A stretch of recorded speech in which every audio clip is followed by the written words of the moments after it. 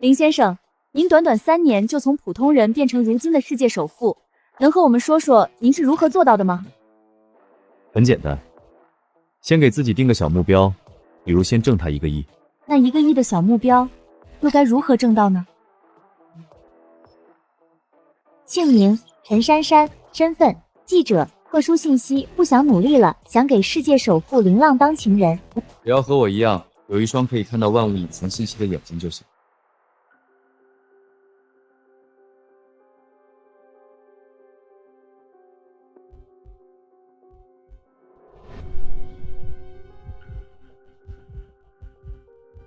我重生了！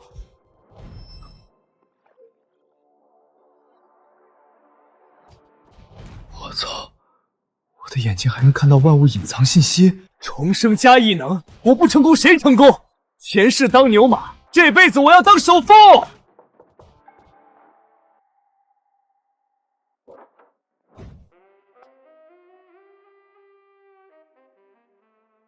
小浪，你都欠我3个月房租了，还打算拖到什么时候啊？姓名：顾可晴，身份：拥有5栋楼、2家公司的双偶单身大富婆，身家5亿以上。隐藏信息：想和林浪生孩子，或者你可以选择用其他方式支付。啊？什么方式？顾姐我呀，想要你给我一个孩子。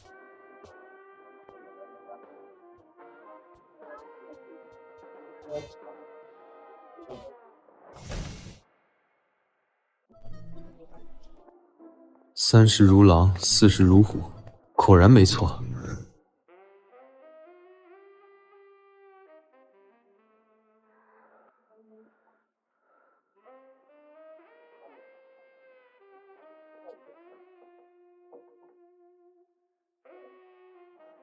姑姐说以后她养我，但我是男人，怎能吃软饭？小哥，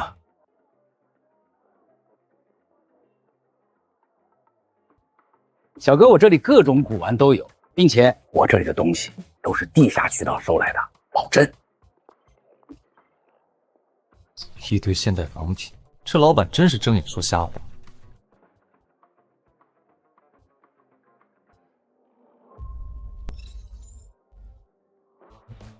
还好想走前多看了一眼，差点错过真宝贝。老板，我来古玩街没带多少钱，这些东西看着就贵，我恐怕买不起。小哥，我这里便宜的也有啊，这些铜钱和银元100块一个，也全都保真。今天还没开张，这傻小子以前没见过，是第一次来，最好骗。蚊子再小也是肉，怎么都得卖点东西给他。100块一个，那我买得起。我要这3枚铜钱和2枚银元。老板，这个铜钱都垫桌子了，当个赠品送我呗。我下次还来你这儿买。好好好，送你了。10块钱1斤的东西，卖100块一个，赚大了。500块换价值100万以上的咸丰元宝，真是血赚。小哥，你手里的咸丰元宝能给我看看吗？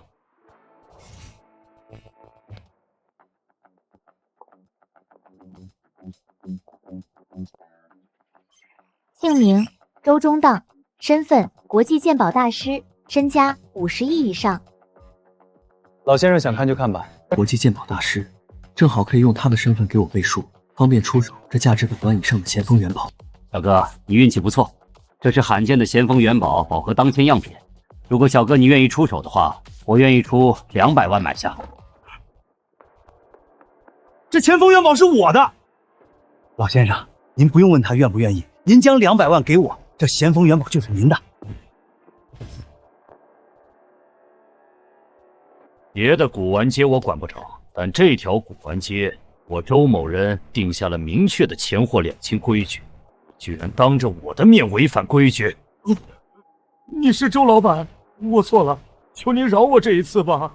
败坏古玩街名声，将他带下去，按协议赔偿。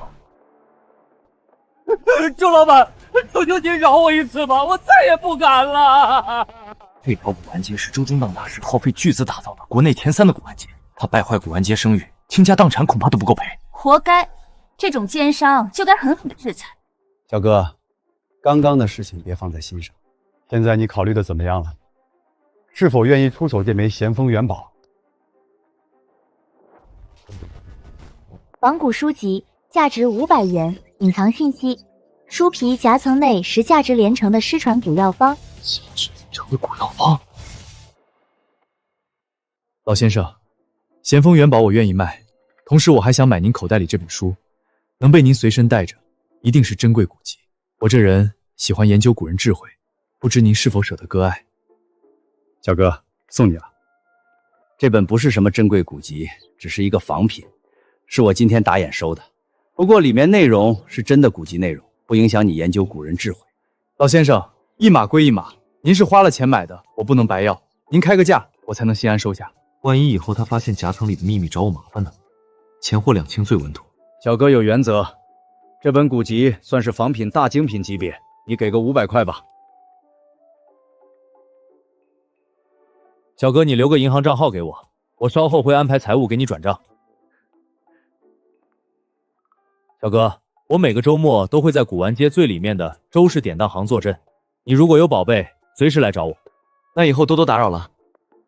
以后不愁全能之眼捡漏的宝贝没有销路了。只要是宝贝，我高兴还来不及。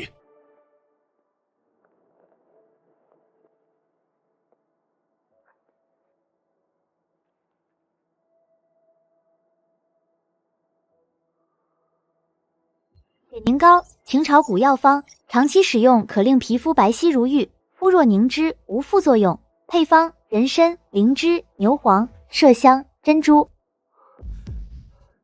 果然是价值连城的古药方。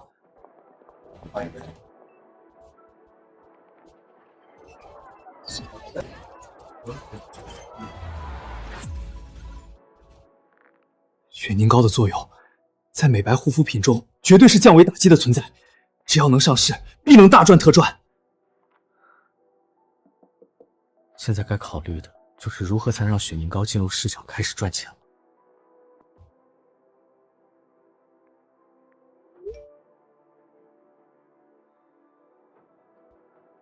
咸丰元宝的钱到了，里面的人赶紧开门！你租的房子换业主了，我是来收房的。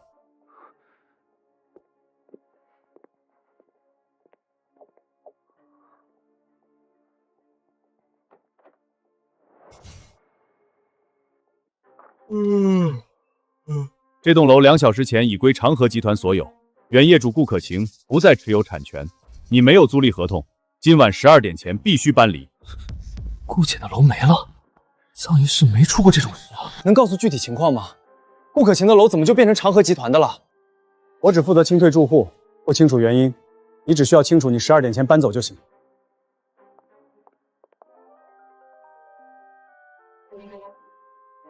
林浪，我今天上午就是跟你玩玩，你不要当真。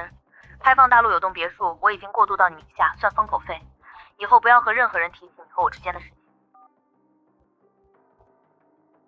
顾姐的隐藏信息不可能只是跟我玩玩，她现在和我划清界限，是她之前在遇到的困境可能会牵连到我。不过我怕被牵连了。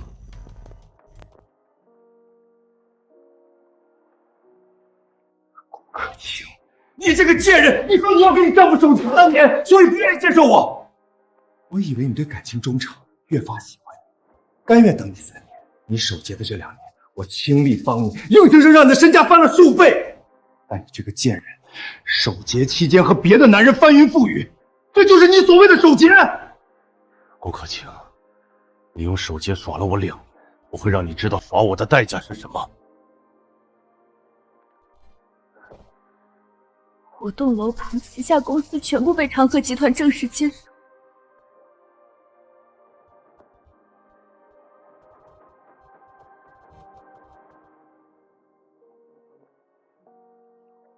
叶长河，我没有耍你，只是感情不是我能控制的。顾姐，一个人看江水不无聊吗？我来陪你啊。林浪，你找我干什么？是觉得一栋别墅当做风口税太少了，想多要点？顾姐，你的事情我已经知道了。长和集团的叶长河追求你，但你却喜欢上了我，他求爱不得就报复你。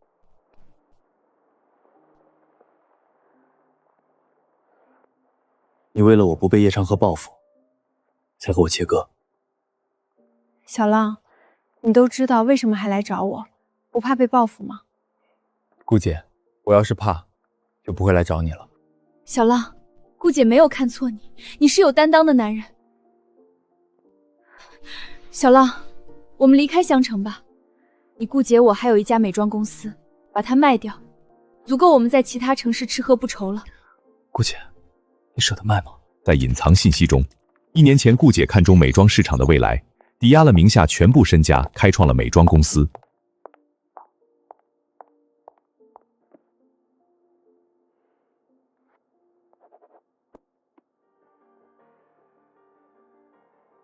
如果小浪你今天没来找我，我肯定舍不得，因为美妆公司是我的全部心血。但如果事业和爱情必须选一个，我选择爱情。顾姐，你相信我吗？我当然相信小浪你了。那我们就留在江城，我可以让顾姐你的美妆公司成为行内奇迹，让叶长河看到我们都要退避三舍、低头弯腰的奇迹。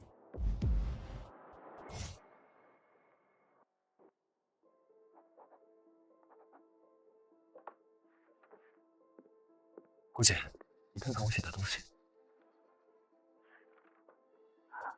小浪，这雪凝膏的作用真的如这上面写的这般吗？当然。小浪，这雪凝膏哪怕最终效果只有上面的1/10，那都是美妆中的龙头产品，只要上市，我们的美妆公司就是美妆行业巨头，叶长河的长河集团都要低头的巨头。我现在没有多少钱了，这药方上的药材都比较珍贵，想要量产，需要投入起码1个亿以上的资金。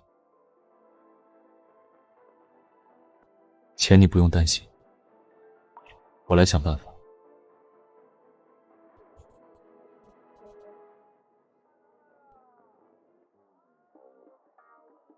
老板，这个瓶子多少钱？嘿嘿，这个瓷瓶是雍正官窑，18000，拿走。老板，一个2周前的仿品，你说它是雍正官窑，是不是有点过分了？这小子眼力这么厉害，居然连我做出仿品的时间都看出来了。小哥，古玩讲究的就是一个眼力辨真假，您是个高手，连我做出的时间都看出来了，我服你。我还要做生意，还请小哥高抬贵手，别拆我台。作为代价，我这摊位上您有什么瞧得上的东西，尽管拿走，我送您了。老板，我从不占人便宜。你虽然嘴里没实话，但摊位上仿品质量不错，我买回去可以骗一骗外行，给个实在价吧。多谢小哥高抬贵手，我这摊位上不管是我做的仿品，还是一些不值钱的老物件，100块一件，您随便挑。就这几件吧，给我包起来。好嘞，我这就给您打包。除了20块钱收的假的不得了的宣德炉，其他都是我自己造的，成本最多30。小子，你眼力再高也没用，只要你买，我高低都要赚你的。被人故意作假的明朝珍品宣德炉，隐藏信息：用锤子轻敲炉边，击碎作假的外层，即可恢复真品样貌，价值1000万到1500万之间。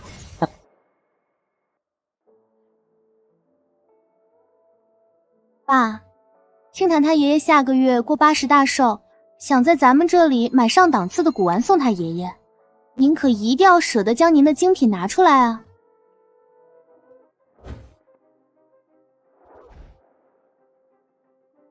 姓名：周梦瑶，身份：周中当赌女，隐藏信息：喜欢刺激的富家女。姓名：洛清堂，身份：山海商会的会长女儿。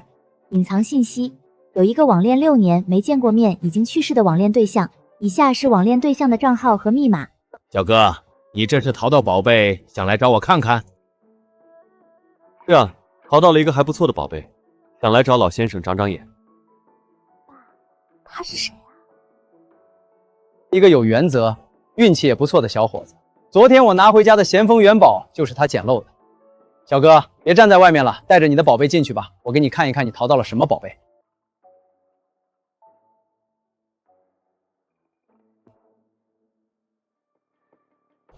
小哥，你这个明代宣德炉确实有正品的一些痕迹，但古玩只要有存疑，那它就是假的无疑。你这件宣德炉假的痕迹太多，是质量极差的赝品。爸，你看完了就快点拿出你的珍藏，给清汤挑一挑吧。好，我这就拿出一些我的稀有珍藏给洛小姐看看。小哥，你也不要太失望，古玩这一行就是要经历过很多次打眼，才能培养出眼力，吸取这次教训，下次这种级别的赝品，你肯定不会再上当。老先生，请慢。老先生，能否给我拿一个小锤子？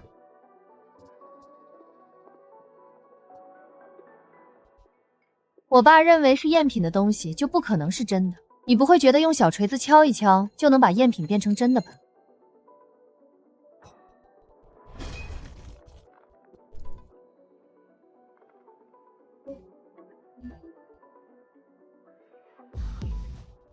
那个赝品成真了。特征全对，这是明代珍品宣德炉，保底价值1000万以上。小哥，你还真是深藏不露啊！我原本以为你捡漏咸丰元宝只是运气好，但通过它，我才明白当时你是故意压价买下的咸丰元宝。这个宣德炉我都没有看出来它是被故意作假，你却看出来了。你不可能是靠运气捡漏的咸丰元宝。古玩最讲究眼力传承，小哥，不知道你师承何人啊？老先生，我没有师承。我和您说过，我喜欢研究古人智慧，古玩知识就是我研究古人智慧领悟到的东西。自学成才，天赋异禀。小哥，我在古玩界还算有点名望，这些年我一直都想找一个天赋出众的徒弟，但我的要求太高，一直没找到合适的。小哥自学能到如此程度，天赋极高，不知道你是否愿意多个师傅？我爸收徒那是你天大的运气，你知道有多少人想拜我爸为师求而不得吗？你居然敢拒绝！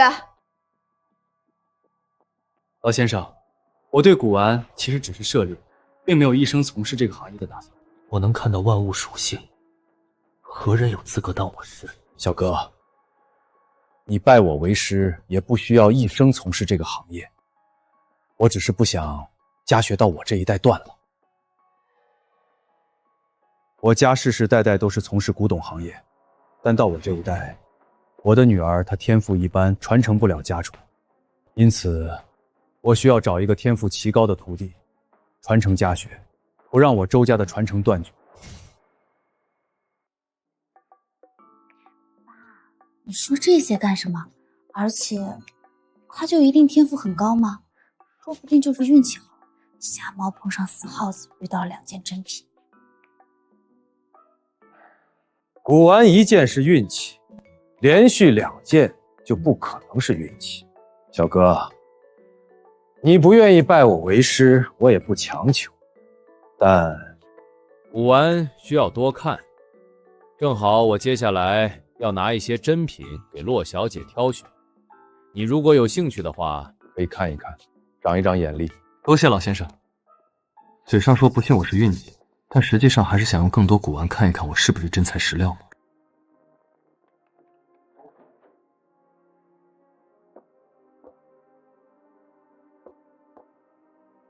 爸，这些都是什么啊？可以让青檀他爷爷满意吗？您可别拿一般货色糊弄我们啊！梦瑶，这些都是大珍品，你也算是跟着我耳濡目染这么多年，没让你有多厉害，但你也不能东西好坏都看不出来啊。小哥，这3件物品你可能看出它们的来历朝代。老先生，我可以试一试。小哥，请。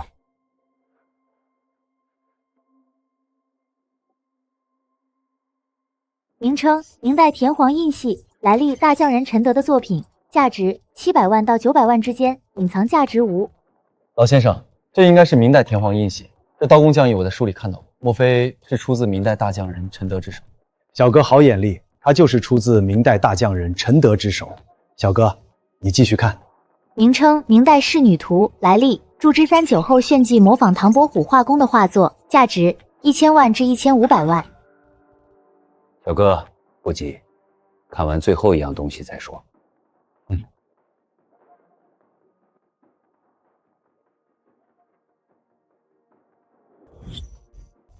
鬼谷医经，来历：鬼谷子一脉的传承医书，价值300万至800万。鬼谷一脉历代供奉，已诞生特殊灵性，可通过以下方法引起共鸣，掌握鬼谷一脉全部医术，隐藏价值，无价珍宝。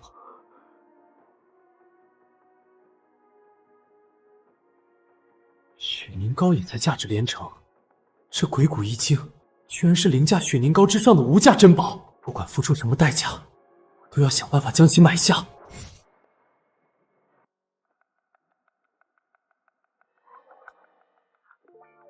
你看这么久，是不是看不明白？看不明白就问我爸，这不丢人。老先生，我已经看完了。这幅画虽然落款是唐伯虎，但它绝对不是唐伯虎的画。你是在说我爸收藏的是假画吗？这幅画能被我爸珍藏多年，就肯定是真品。我没说它是假的，我只是说它不是唐宝虎的真迹。这落款3个字，神韵酷似唐宝虎，但笔锋细节藏着祝枝山独有的书法风格。老先生，如果我推测没错，这幅画是祝枝山仿唐宝虎的画作。小哥说的没错，这幅画我潜心研究了接近2年，才最终确定它是祝枝山的仿作。你一眼看穿本源，这份古玩灵性堪称100年难得一见。老先生过誉了，我只是运气好，对祝枝山的书法有所了解，才得出结论。小哥，古玩界没有运气，你能认出就是实力，不用过多谦虚。小哥，你在这本古书上停留许久，莫不是有什么疑惑？这本古书根据其内容，可以得出它的名字叫《鬼谷医经》。根据古书的年代感，有近1000年的历史，是罕见无比的古籍珍品。老先生，您知道我喜欢研究古籍，这本古籍我十分喜欢，不知道能否割爱？我爸的珍藏都是他的命根子，我是他唯一的女儿，求了他好久，都才让他拿出一点珍藏，让我最好的闺蜜买一件当做祝寿礼买走。你和我爸非亲非故，想让我爸割爱珍藏，想都不要想。苗，你这话就有些太绝对了。我和小哥现在是非亲非故，但小哥，你如果愿意拜我为师，就不是外人了。这本《鬼谷医经》，我可以当做礼物送给你这个徒弟了。无价之宝的《鬼谷医经》，低一下头应该不过分吧？喂，你这还犹豫这么久？我爸是国际级别的鉴宝大师，别人想拜师送礼100万千万，我爸都拒绝。但现在收你为徒，不仅不要拜师礼，还送你珍贵古籍，你居然还不立刻答应，还思考这么久。老先生，小子林浪愿意拜您为师，但既然是拜师，自当要有拜师礼。这宣德炉就当做小子的拜师礼。小浪，能收到你这个徒弟，就是最好的拜师礼。这个宣德炉就不必了，为师真收了，传出去还不得让人觉得我是看中你的宝贝才收你当徒弟的啊？为师怎么说也是国际鉴宝大师，要脸。不过这宣德炉确实是难得一见的珍品，为师还没有同类的收藏，我可以花钱买下3000万。小浪，你可愿意割爱？老师，您是古玩泰山北斗，这宣灯炉的价值您知道的，不可能值这么多。千金难买心头好，我觉得它价值这么多，就价值这么多。老师是厚道人啊，这是明摆着给我送好处啊。行了，就这么定了，稍后我就安排人给你打钱。罗小姐，《鬼谷医经》是我送给徒弟的见面礼，你现在就从这2件物品中选一件吧，他们在古玩界是真正的大精品，绝对符合你送给你爷爷当寿礼的需求。就这幅祝枝山仿唐伯虎的古画吧。好，我现在就给你包起来。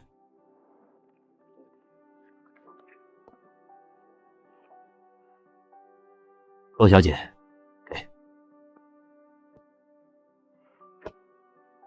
多谢伯父割爱。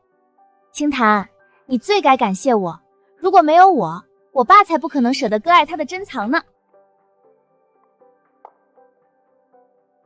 小浪，这个授徒礼你收下。多谢老师，我就不客气的收下了。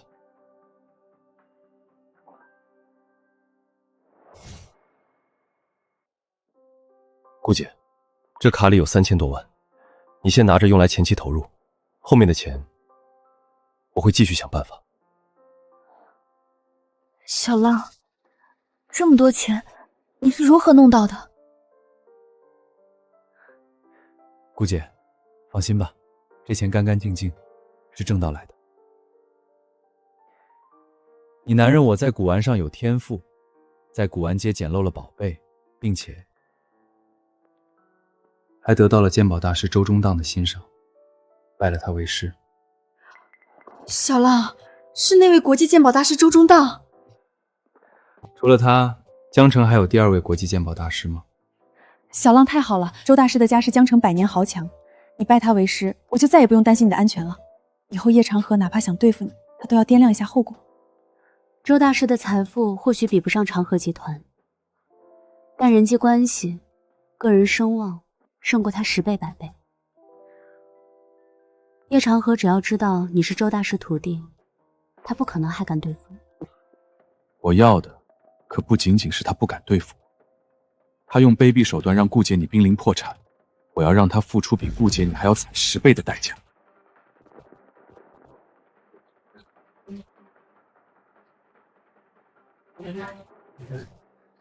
鬼谷医术，在于己，在于术，在于道。隐藏信息中说，读完10遍鬼谷易经就可以产生共鸣，掌握鬼谷一脉全部医术。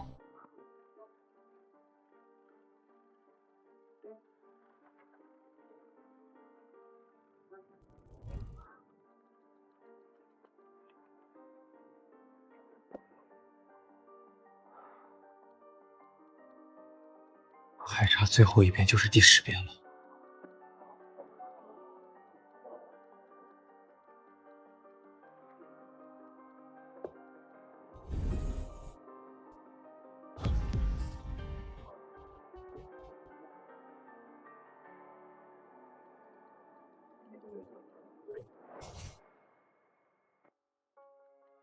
鬼谷易经，不愧是被全能之眼评为无价之宝的物品。里面的鬼门13针，癌症这种现代医学的绝症都可以轻松治愈。鬼谷易经中居然还有传说中的气功，用气功进行以气御针，可以让一个大限将至的濒死之人强行续命5年。有此神乎其神的鬼谷医术傍身，我算是真正拥有应对一切情况的底气。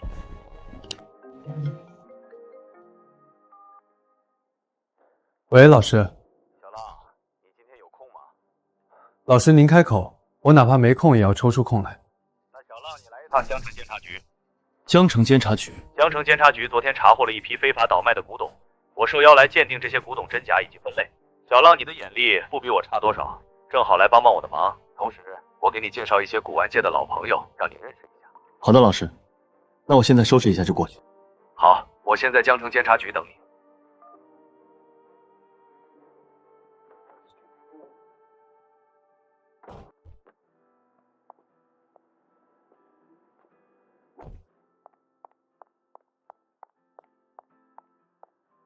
你是周中荡大师的徒弟林浪林先生吗？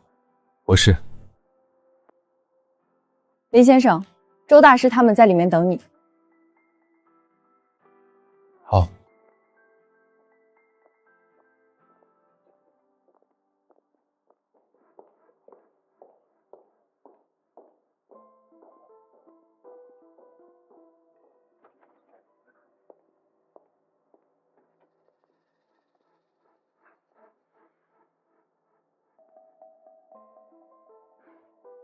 小浪，你来了。白老，这就是我说的徒弟，天赋之高，眼力之强，世所罕见。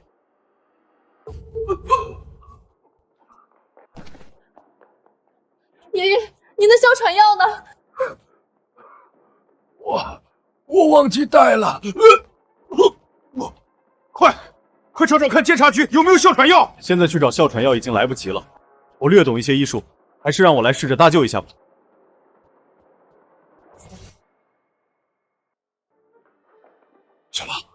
你可有把握，别好心办坏事。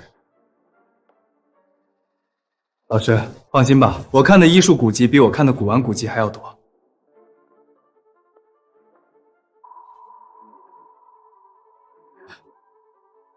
林先生，求求你一定不要让我爷爷他老人家出事。不会的。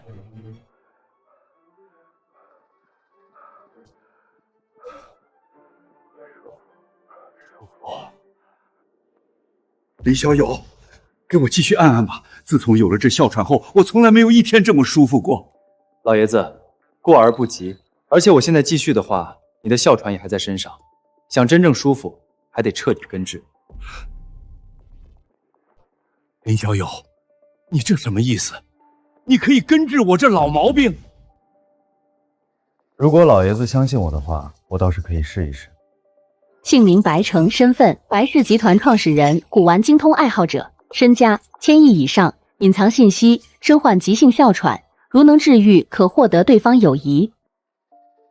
姓名白如，身份白氏集团继承人。隐藏信息：不服凌浪可以拜师周中荡，自己拜师被拒绝，如可以让其心服口服，可获得其崇拜。小友，你给我压这几下，就让我一辈子没这么舒坦过，我肯定信你。我这病，我几乎找遍了世界所有厉害的名医，但都解决不了。如果你能根治我这老毛病，我白城保证必有厚报。老爷子，厚报就不必了。您是老师的朋友，我如果要您报答，老师不得将我逐出师门啊？小浪，有好处你干嘛不要？白老那可是国内数1数2的大户，他的厚报那是不要白不要。小友就不必推辞了。对我来说，好身体万金不换，更别说一点报答了。哮喘药来了，多谢了。不过我已经恢复了，不需要哮喘药了。今天我来这里是要和周老弟一起受邀鉴定古玩。现在我既然没事了，就要开始履行今天来这里鉴定古玩的目的了。白老，您的身体，要不您还是回去休息吧。我的身体我自己清楚。行了，你先下去等消息吧，我们鉴定好会去告诉你的。那白老，您有任何不舒服，就立刻喊我们。行了，我知道了。林浪，首先我谢谢你救了爷爷，不过术业有专攻，你医术厉害，我不信你鉴定也一样厉害。我已经有高级鉴宝资格证，周大师都说我天赋不高，不能收我为徒。你什么证书都没有，周大师就收你为关门弟子，我不服，我想看看你到底是不是真的那么厉害。哈哈哈哈！这外面的古董，我刚刚已经和白老看的差不多了。小茹她既然不相信你鉴定厉害，不妨就用它们展示一下你的鉴宝能耐，好让小茹知道，我收徒真的是看天赋，不是随便收的。好的，老师。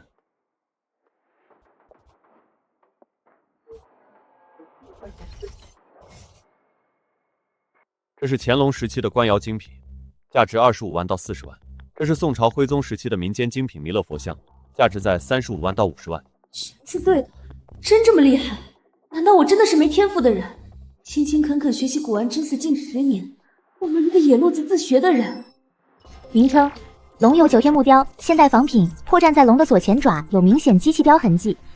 这个龙形木雕不是古董，是一件仿品。错了，这是明朝时期的雕刻，周大师认证的明朝时期的雕刻。老师只是大概看了一遍，还没有进行复看。如果复看，这龙形木雕就不会是真的。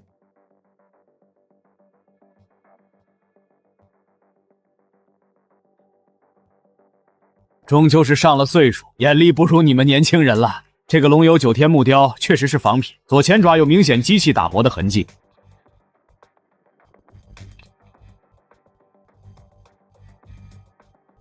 林浪，周大师说的对，鉴宝确实很吃天赋。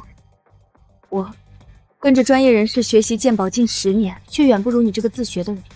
周大师说我没天赋，不收我为徒是对的。你刚刚不是说术业有专攻吗？可能我的天赋在此，而你的天赋不在此。小友，你说的没错，我这个孙女古玩天赋或许一般，但她的商业天赋绝对是最顶级的。在她大学时候，我只给了她100万当做创业资金。大学毕业，她创办的奶茶店就已经发展成几百家的连锁，如今市值过亿。小茹，你不用妄自菲薄，觉得自己不聪明，你只是天分在其他地方而已。爷爷，我明白了，以后我重心不会再放在鉴宝上了，因为我再怎么努力，也不可能在鉴宝上超过眼前这个人。白如对林浪鉴宝能力心服口服，好感巨幅成伤。小浪、小茹，外面的那些古董其实都比较普通，这个房间里面的才是真正珍贵至极的宝贝，它们都是1等国宝级别的文物。监察局请我和白老来的最主要的目的，就是鉴定这3件物品是否是真的，是否被不法分子调包。国宝不容有错。小浪，你眼力最好，你先来看看这3件国宝是否有存疑。老师，我也不一定全对，如果有错，还请您查漏补全。小浪，你放心看，老师相信你的眼力。名称白玉佛头，来历5周时期宠臣送给武则天的寿礼，价值1亿至1.8亿之间。这尊白玉佛头是唐朝5周时期的，我的鉴定是真品。小浪，你继续看，全看完再给鉴定意见。好，那我看完再说。大将军黄金面具，来历辽国皇帝赏赐给打胜仗将军的凯旋面具，价值3000万至8000万。将军剑定运剑，来历被误认为明初某个将军的佩剑，让其恢复尧者斗祖气，即可获得这缕国运。此后3年可鸿运加身，一帆风顺。老师，白老，我鉴定完了，他们都是真品。小浪，那接下来就让我还有白老再进行2次鉴定。钟大，你不要捧我，什么和我2次鉴定？我只是个古玩爱好者，你才是鉴宝大师，我就跟着你凑凑热闹而已。白老，您可不要谦虚，您的鉴定水准绝对不弱于鉴宝大师。二老，你们别互相吹捧了，快开始2次鉴定吧。不浪费时间了，我们这就开始。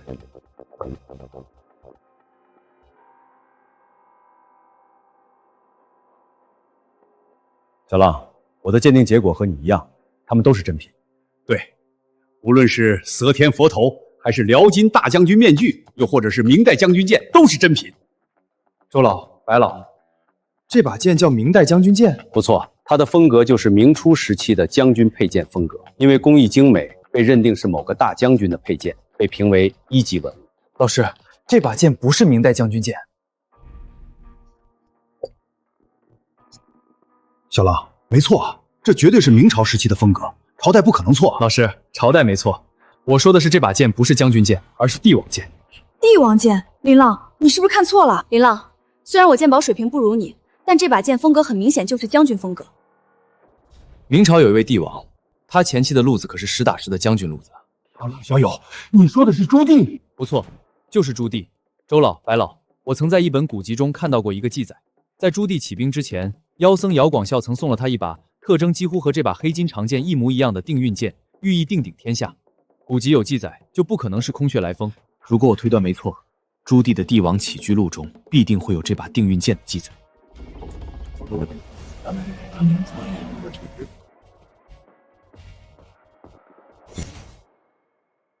老周，我找到了这段记载，你听着。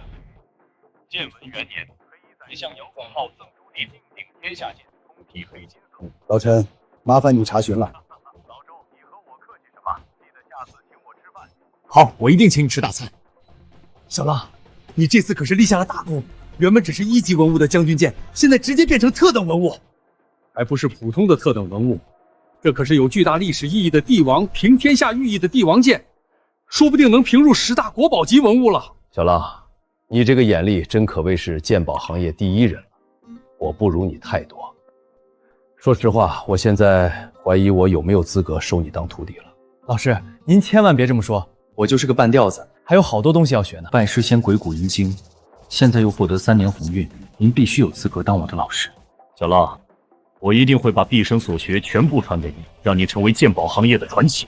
周大师，小茹，怎么了？周大师，我对古玩还是很有兴趣的，您反正也要教林浪，不如也让我旁听一下呗。当然可以，正好小浪也有个伴儿。旁听就旁听，这个眼神看着我干嘛？因3年鸿运加持，白如对林浪的崇拜变成暗恋。我是换种不知道。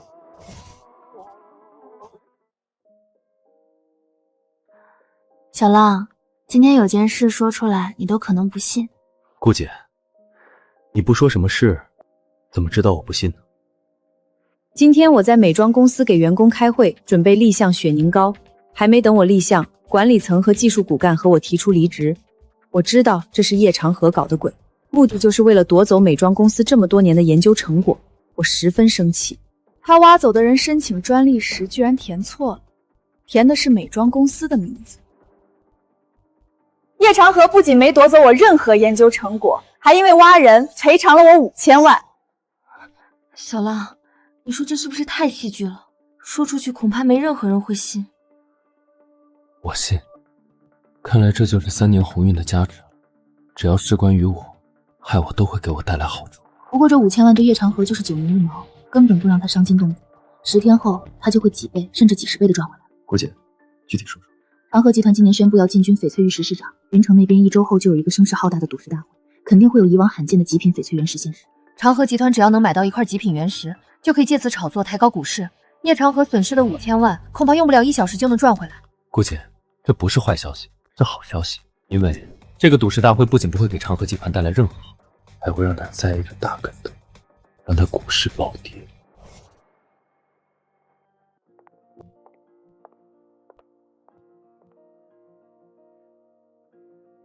小子，就是你说用中医针灸之法能治好白老的哮喘气急？不错。姓名孙瑶，身份中医协会会长、中医国手。隐藏信息：一直坚信中医如今比不上西医，是因为很多医术随着战火失传，想要复兴中医。小子，你知道我是谁吗？不知道。敢问老先生您是？连我都不知道，你还说你懂中医？林浪，孙老先生是国内为数不多的中医泰山修柳级别的国手。先生，我并不是学医出身，所以对您这等医学界的大拿不了解。你不了解我没关系，重要的是你知道自己不是学医出身。你既然知道，就应该明白纸上得来终觉浅的道理。白老和我说了，你看书看出个鉴宝大师的能力。我承认你天赋异禀，聪明无比，但中医和鉴宝能一样吗？是光看书就能看出来的吗？我出生医学世家，10岁跟家人学医，耳濡目染多年，又亲手诊治病人数千人，才敢说自己懂中医。可你呢？看了一点医术古籍，没有任何诊治经验，就要给人治病，还是难度最高的针灸之法，并且还是要给白老这么大年纪的人治病，你这是治病吗？你这是拿白老生命开玩笑！孙老，万一林浪他就是天才呢？昨天林浪可是随便拍了拍我爷爷，就让我爷爷恢复了。不过是一些特殊手法缓解症状罢了，这个看起来神奇，其实并不难。你说他是天才，我不反驳。可中医最看重实践，他哪怕能将中医典籍倒背如林，没有足够多的实践经验，给人治病也是草菅生命。白老，你如果不信我，直接让我走即可，没必要找这位老先生将我说的这么不堪。小友不要误会，我在监察局既然相信你，就不会怀疑你的能力。老孙他是太关心我的身体，所以话重了一点。白老，我刚刚说的不够明白吗？他就是一个半吊子，您还要让他给你医治？先生，我看你年龄大了，还不合你一般见识，但你再三辱我，可就过了。难道我说的有错吗？你只看过书，你懂什么中医，懂什么针灸？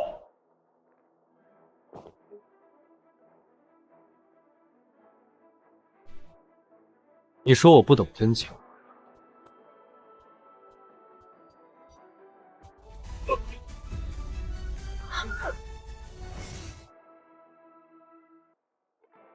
孙老先生，你可识得我这一手。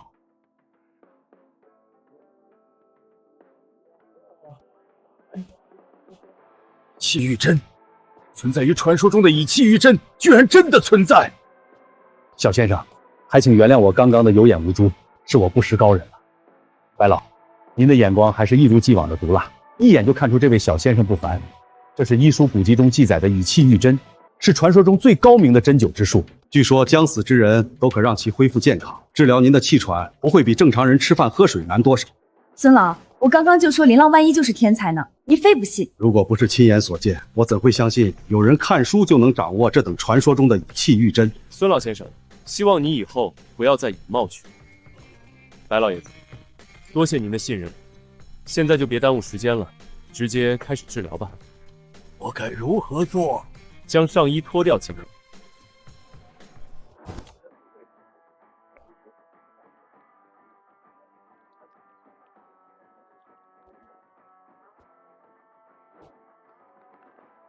舒坦，舒坦！我从来没有一天有现在这么舒坦过，神清气爽，神清气爽啊！林浪，我爷爷他现在是已经被治好了吗？已经好了。如果不信的话，可以去医院做个具体检查。不用检查了，我自己的身体我自己清楚。以前有哮喘，我呼吸重一点都难受，现在不仅不难受，还很舒服，这我肯定是好了。确实不用检查了，白老的哮喘已经好了。中医望闻问切中的望字诀，我还算精通。白老以前我一眼就能看出有疾在身，但现在已经正常无比。肖先生，中医如今在世界上举步维艰，还请您加入中医协会，壮我中医。老先生，我这人不太喜欢受约束，所以不约束。肖先生，您不会有任何约束。我就是如今中医协会的会长，我可以特邀您为中医协会荣誉会长，职级和我相当，没有任何人可以约束得了你。孙老先生，我这个年龄恐怕不够格吧？达者为师，谁敢说不够格？小友，老孙他都这么说了，你就答应他吧。林浪，我爷爷说的对，你就别推脱了。孙老，那我就试试。好，我回去就特事特办，给你将荣誉会长的身份办下来。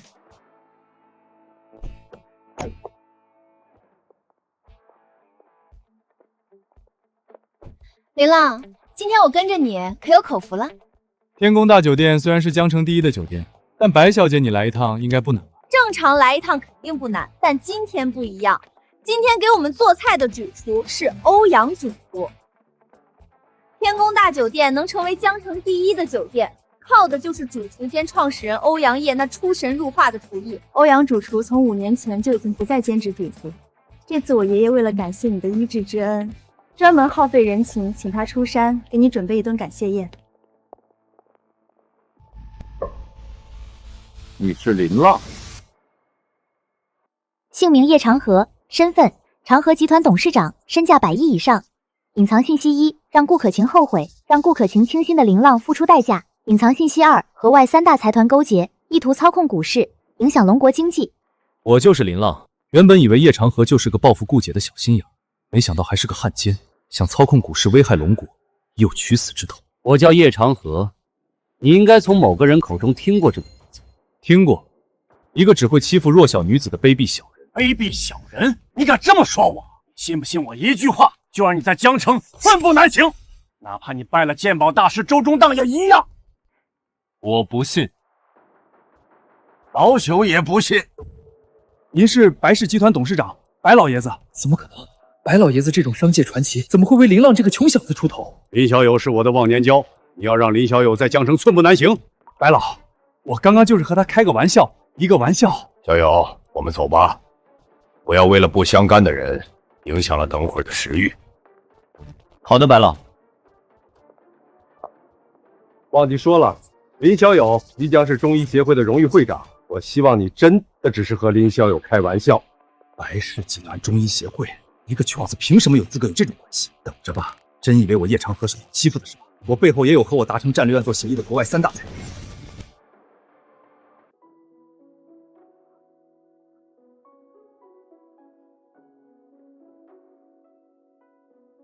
白老哥，这8道开场菜你们先品尝，我现在去准备后续的菜肴。欧阳老弟，后面的菜不急，我先给你介绍个人。白老哥，莫不是这位小郭就是你请我出山宴谢的人？姓名欧阳业，身份天宫大酒店创始人、御厨传人，身价20亿以上。隐藏信息：被妖洞折磨，谁能治好，愿赠送天宫大酒店20%的股份。他叫林浪，一个医术神乎其神的人，困扰我多年的哮喘就是他治愈的。欧阳老弟，厨师越老越厉害，你退出厨艺界是因为你的腰痛无法缓解吗？现在让你重返厨师行业的机会来了，只要你能求得林小友出手，你的腰痛轻而易举就可以治治。白老哥，医师和厨师一样，都是越老越厉害。这位小郭这么年轻，真有你说的这么厉害？我说厉害，你可能不信，但老孙你是知道的，他的话你肯定要信了吧？林小先生医术胜我10倍100倍，我已经特邀林小先生成为中医协会的荣誉会长。小哥，还请原谅我以貌取人，请你出手诊治我一案。我这腰疾困扰我5年，每天我最多站立1-2个小时，就被疼痛难忍，苦不堪言。小哥，只要你能治好我，我愿意用天宫大酒店20%的股份当做报酬。老爷子，您是白老的朋友，我肯定全力医治，不需要任何报酬。小哥，你不收报酬，我哪有脸请你给我医治？你们2个就别互相推窝了，报酬啥的等治好后再说。好，我现在就去准备后面菜肴，等小哥吃完再给我诊治。老爷子，诊治何须等到吃完？而且等我们吃完，恐怕您又该腰痛难受了。我现在给您治好，你不用忍痛准备菜肴，不是更好吗？小哥，你说现在就治好我？你这种腰痛只是小病，扎1针就好了。欧阳老弟，我的哮喘就是林小友1针扎好的，前后不超过2分钟。林小哥，还请您施针诊治。老爷子，你转过去，掀开衣服，露出后背就行。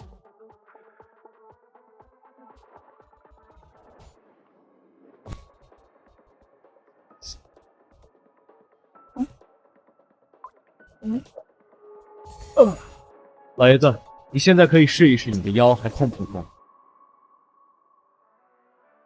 不痛了，真的不痛了。小哥，你的医术真的神乎其神，这么短短1-2分钟，我的腰痛就痊愈了。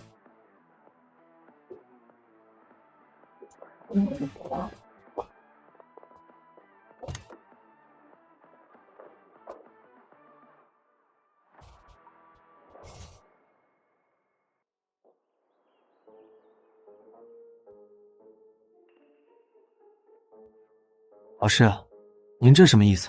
小浪，这可不是我给你的，是国家给你的奖励。前几天你让国家多出了一件帝王剑，意义非凡。国家博物馆特批了1000万的奖金给你。1000万奖金，这是不是有点多了？一点都不多，毕竟如果没有你慧眼识珠，国宝级的文物将蒙尘不知道多久。老师，那我就不推辞了。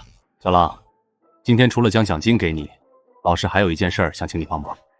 老师，您有什么事儿直接吩咐就行，何须用请？那老师就不客气了。小浪，我想请你和他们2个去一趟云城。去云城？近期云城那边有一个古玩拍卖会，梦瑶和青图他们2个想去见识一下，但又怕买到差的东西，所以就想请我或者小浪你跟他们去一趟，帮忙长眼。我近期抽不开身，没办法和他们去，所以才想麻烦小浪你和他们去一趟。你的眼力已经超过了我，你跟着去，结局可能比我去更好。老师，您可别这么说，我还有很多要学。去云城我答应了，正好我过几天也要去云城，顺便的事儿。小浪，你也要去云城，莫不是也是冲着古玩拍卖会去的？如果不是老师您说，我都不知道这个古玩拍卖会。我去是奔着云城即将开始的赌石大会去的。小浪，一看你就是没有仔细看赌石大会的全称。赌石大会的全称是赌石古玩大会，你去的和他们去的是一个地方，只是开始时间不同。赌石大会在第1天，古玩拍卖会在第2天。不过，小浪，你的目的是去赌石大会，难不成你对赌石也有心得？老师，对赌石确实有研究，不过一直没有机会施展，所以想去云城这个赌石大会上验证一下我的所学。小浪，你是生错了时代了。通过你古玩医术，我不用看都知道你的赌石也肯定十分厉害。你这等天赋放在古代，恐怕王侯将相都有你一席之地啊。老师，您评价的太高了，天下英雄如过江之鲤，层出不穷。我没您说的这么优秀。行了，小浪，你就不要谦虚了，你的天赋绝对是古往今来都排得上号的。小浪，你在赌石大会上大展身手后获得的珍贵玉石，不用找买家了，直接找清谈他就行了。林浪，我家有全国最大的玉石连锁店，你买到珍贵玉石，我保证用最高价收购。好，那就多谢骆小姐了。叶成河，这次你长河集团在赌石大会上必定血本无归，有山海商会千金兜底，我不用担心资金不够，我会把好的全买走，只给你留下金玉其外败絮之中的血亏原石。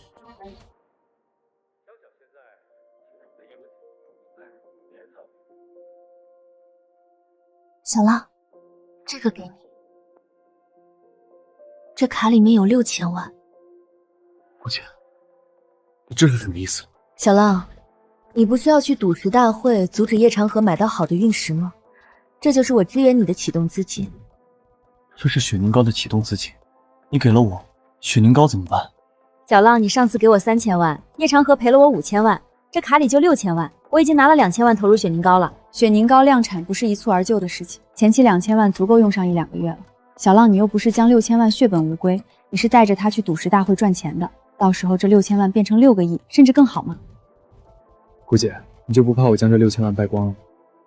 我相信小浪你，就算亏掉也没事儿，就当交学费了，反正这钱也算是意外之福。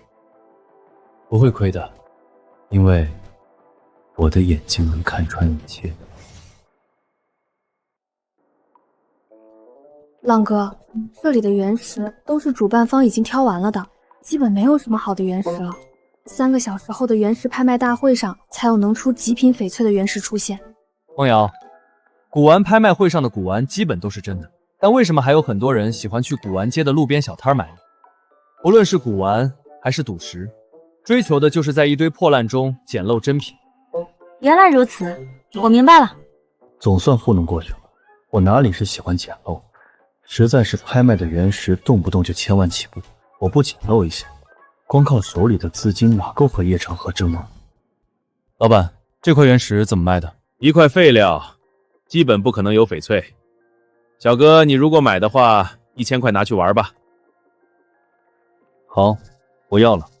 小哥，这块原石是你的了，要不要现在给你解开，给个500块解墓费就行？可以，不过要按照我画的线来解释。小哥，你是老板，肯定你怎么说，我怎么做。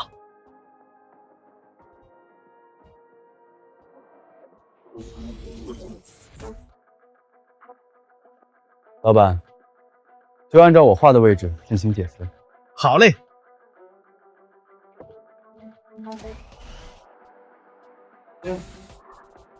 我操，这个小哥捡大漏了！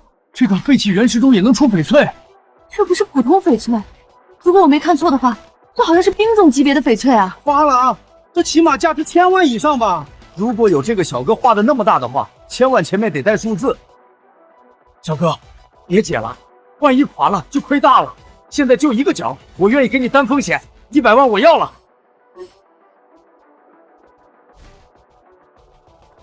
老板，继续解释，不要停。这么大的冰种翡翠，我要是出到吴家那钱了，这伙子不可能不卖给我。谁让你贪心想捡漏，后悔了吧？这么大的冰种翡翠，恐怕2-3千万都卖上价格吧？2-3千万？你是瞧不起这冰种翡翠吧？只要这个帅哥愿意出手，4000万恐怕都有人愿意出。你们看到没？老板好像在哭啊！老板的眼睛还真红了。不过也正常吧，这可是几千万的极品翡翠啊，1000块被他卖了。哎，这就是命吧，该这个小伙子发财。这种废弃原石能出这种极品的概率太低了。就眼前这一个例子好吧，其他最多也就出过几十万的翡翠料子。这块翡翠，我长河集团4000万要了。一口价4000万，真是财大气粗啊！不过长河集团以前翡翠圈子里没听过啊。长河集团是江城那边的龙头企业，市值几百亿。不久前刚宣布进军翡翠行业，你没听过？正常。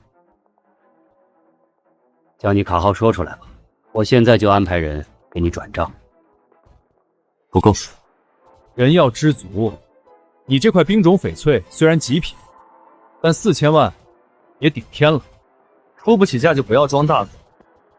我说4000万不够，现在你这块翡翠我只出3000万。这长河集团怎么回事？降价买？是啊，4000万别人都不卖，还降价，那更不可能卖了。这小伙子贪心坏事了，原本4000万，现在只能卖3000万了。为什么？长河集团和今天在场很多顶级翡翠行老板达成战略合作，长河集团降价的翡翠，没人会得罪长河集团继续抬价的。刚刚有人说对了，长河集团已经和很多翡翠商达成战略合作，你这块翡翠，我说3000万，没人敢多出1分钱。你说没人敢就没人敢了吗？我出5000万。刚才是谁说5000万？你是什么人？知不知道长河集团如今在翡翠行业的分量？跟我竞价，你最好掂量掂量后果。长河集团，一个刚入行的暴发户而已，有什么分量？你敢瞧不起长河集团？这块冰种翡翠，我代表山海商会出价5000万收购。你长河集团想要，就按赌石圈的规矩来，价高者得，跟我竞拍。山海商会是那个横跨地产、能源、金融、翡翠珠宝的山海商会吗？龙国还有第2个山海商会吗？难怪不把长河集团放眼里。在这位面前，长河集团确实就是刚入稳的暴发户。该死，山海商会的人会出现在这种地方。这块翡翠既然是山海商会看上的，那我长河集团作为刚入行的小辈儿，自然是不敢相争。还以为你长河集团多有钱呢，原来也不咋样。忍住，一定要忍住。如果和山海商会这种巨无霸产生冲突，我这个总经理一定会被叶总当场开掉。既然不和我竞拍了，还不走？又或者是后悔让给我，想留下来继续和我竞拍？不敢，我这就走，这就走。还真是来的潇洒，走的狼狈啊！谁让他太狂，真以为长河集团能横着走啊？浪哥，你真厉害，能从废料的原石里面找出沧海遗珠。也是带了一点运气成分。罗小姐，多谢你给我解惑。这块翡翠最多价值4000多万，你给个4000万就行了。我都已经代表山海集团5000万收购，岂会更改？而且我这要价，我不觉得亏了。你后面再赌出好的翡翠，你好意思不卖给我吗？好的翡翠十分有市场，你只要卖给我，那我这一点溢价，随便10倍100倍赚回来了。骆小姐放心，我保证不会让你亏。各位来宾，各位行业同仁，欢迎来到本届云城赌石博览大会的原石拍卖会。本次拍卖会将展出37块精选原石，全部经由权威机构鉴定，来自各大知名夸口，价高者得，落锤无悔。我宣布，原石拍卖大会正式开始。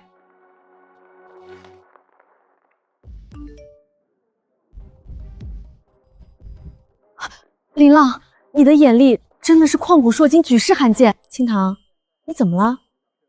梦瑶，你还记得拍卖会开始前，林浪在路边摊买的那15块原石吗？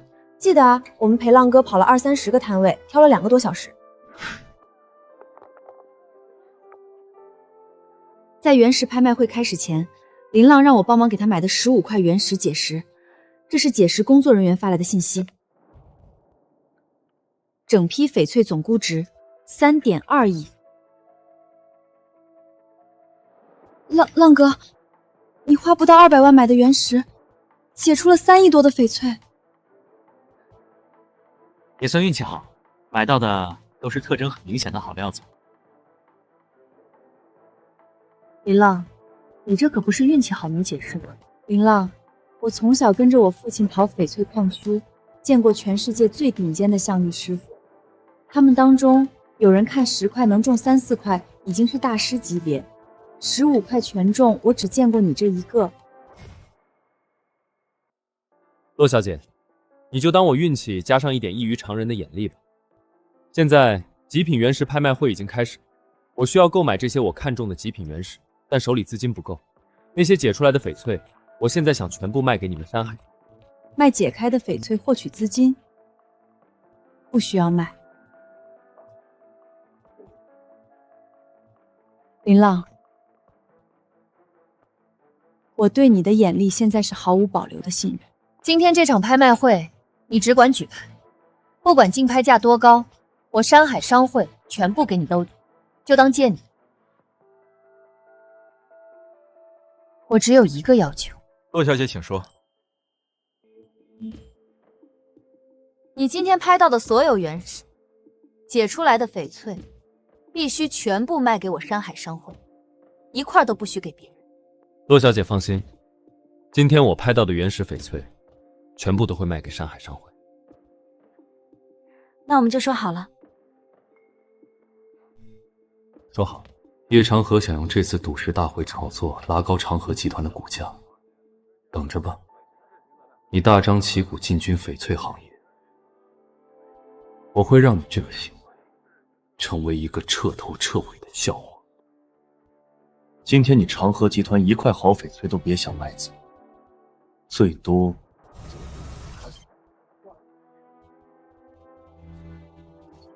让你买到一些金絮其外败絮其中的原石。名称：露出一角冰种翡翠，价值3000万至8000万。隐藏信息：金絮其外，败絮其中，只有一层橡皮是翡翠，真实价值为3000元至8000元。各位，这块露出一角的冰种翡翠原石起拍价3000万，现在各位可以出价了。我长河集团出价3500万。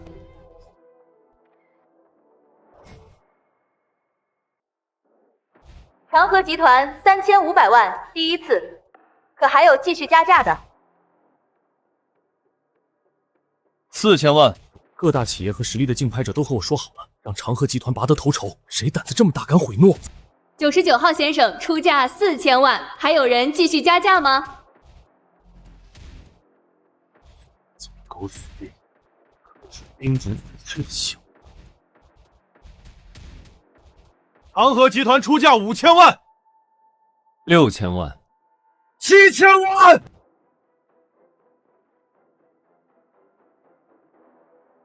目标人物陆谈，隐藏信息，底价7000万，超过1分都让给林浪，让其亏损最大化。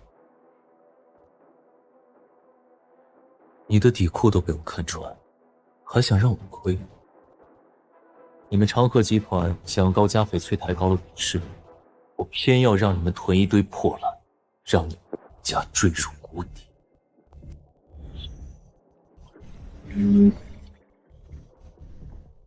小子，你只要再加1次价，这块原石就给你了，亏不死你。7000万，第3次，恭喜长河集团拔得头筹，获得今天开门红。陆总，这块料子专家们评定超过6500万就大概率亏的，您怎么加价到7000万了？这开门红的料子只要拍下，7000万值得。没坑到这个让我丢面子的小子。长河集团买翡翠是抬高股价，怎么都不亏。他如果买了，肯定会砸手里，亏损最大化。林浪，你为什么不加价了？我说了会给你兜底的，你不用担心没有资金叫价。陆小姐，我不会错过好料子。如果我不加，那就说明它不值那么多。接下来是今天第2块料子，这块翡翠原石出自老坑，虽然没有解开表皮，但当它的产地和能登上拍卖会，就足以证明它价值不凡。起拍价2000万。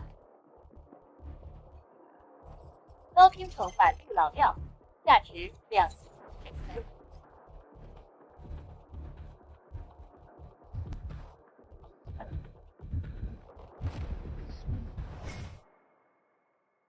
长河集团出价2500万，2600万，2700万，2800万。老陆，第1块开门红的好料子我们已经让给你了，后面你再想竞拍就按规矩走了。放心，我长河集团既然入行翡翠，肯定会遵守规矩。我长河集团出价5000万。这才叫价到3000万，长河集团直接抬价2000万，这没任何出绿的原石，他抬这么多不怕亏吗？对于长河集团这种新入行的大企业，不怕亏，怕的是没有好料子打响名声。这叫价完全是破坏市场啊！我们只管叫价，超出评估我们就让了。长河集团再有钱，还能包全了不成？迟早轮到我们买到原石的机会。8号长河集团出价5000万，还有更高的吗？5000万第1次，5000万第2次。6000万。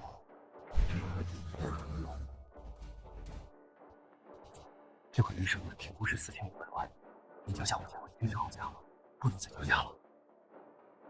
我会不知道继续叫价是亏的吗？用得着你提醒。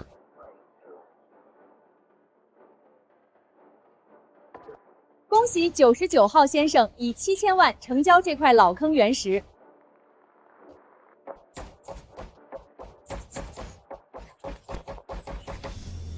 云城赌石大会圆满结束。首先，恭喜长河集团拍下17块精品原石，是今天拍得原石最多的企业。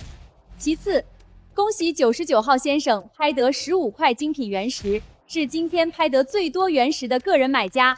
按照赌石大会的规矩，拍得原石的企业或个人需在现场进行解石。现在就请拍得原石的企业或者个人买家前往解石大厅，见证您拍得的原石价值几何吧。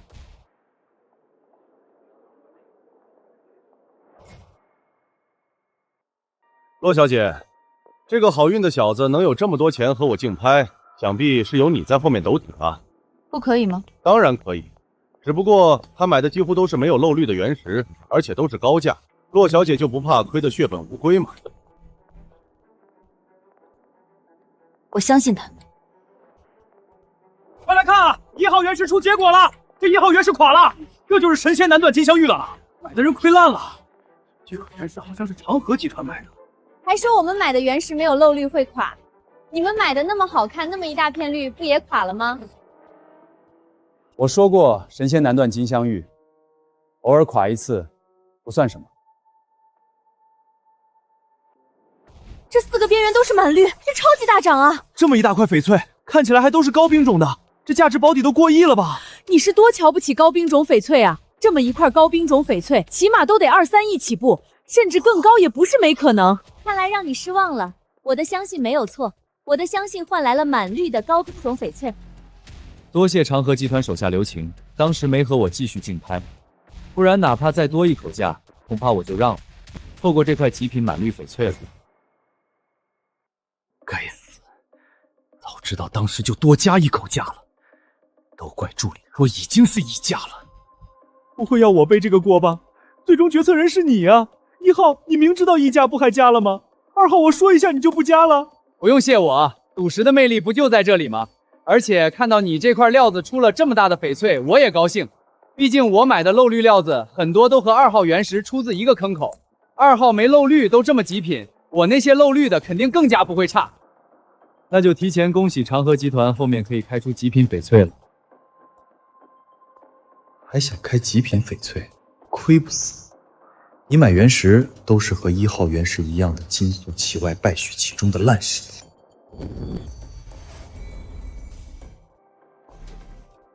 又是满绿，这还是那个99号个人卖家单的吧？就是他的，这是第几块大涨了？第15块了，没有1块不是大涨，真厉害啊！又垮掉了，这又是长河集团的吧？第几块了？最后一块，第17块了，没有1块不是赌垮的。每一块都是几千万的成本啊，加在一起已经3、4亿了吧？长河集团损失太大了。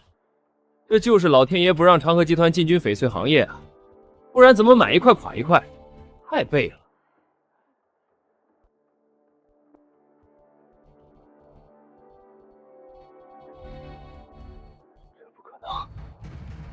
都垮了。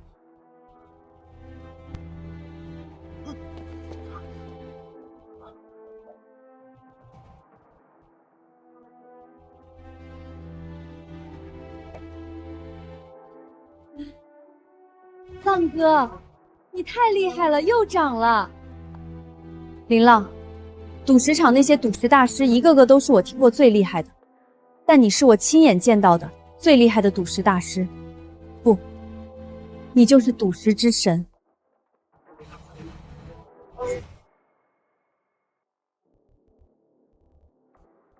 林浪，你是故意的，对不对？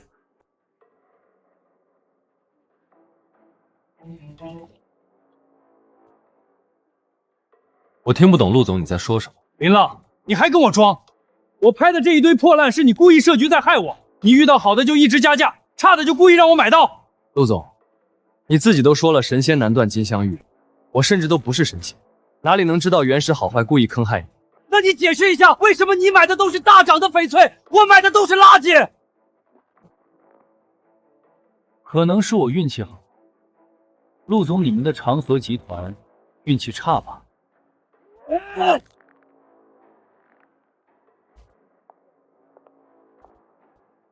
陆总，别失了风度。林浪，你让长河集团损失惨重，长河集团不会这么算了的。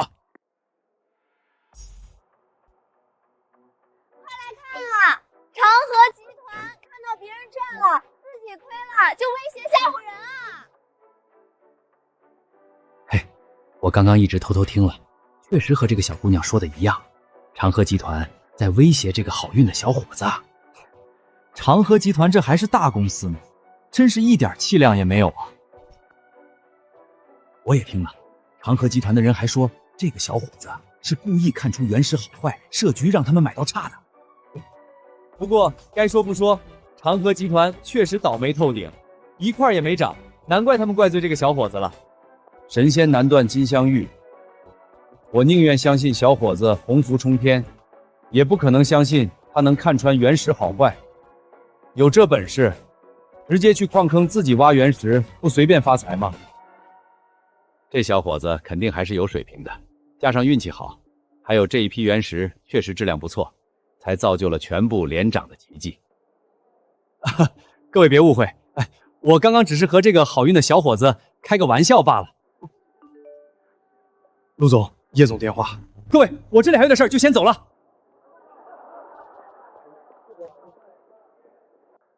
还好你刚刚机灵，找了理由让我离开。陆总，真的是叶总的电话。叶总，对不起，我搞砸了。小伙子，恭喜你连续15块大涨！小伙子，有没有什么秘诀传授一下啊？多谢小伙子，你给我们开出了这么多的极品翡翠，感激不尽。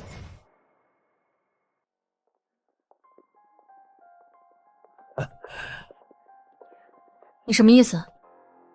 陆老弟，我的意思还不够明显吗？老哥，很明显啊，只是他们好像听不太明白。我的意思就是，这些翡翠都是我们矿区的，和你们没关系。你在说什么？这是我们竞拍来的，怎么就和我们没有关系？确实是你们竞拍来的，但钱并没有给。这15块翡翠原石都来自我们矿区，根据我们矿区和赌石大会的合同，我们只有收到钱才能算将原石卖出去，但我们还没有收到钱，所以这些原石还属于我们矿区。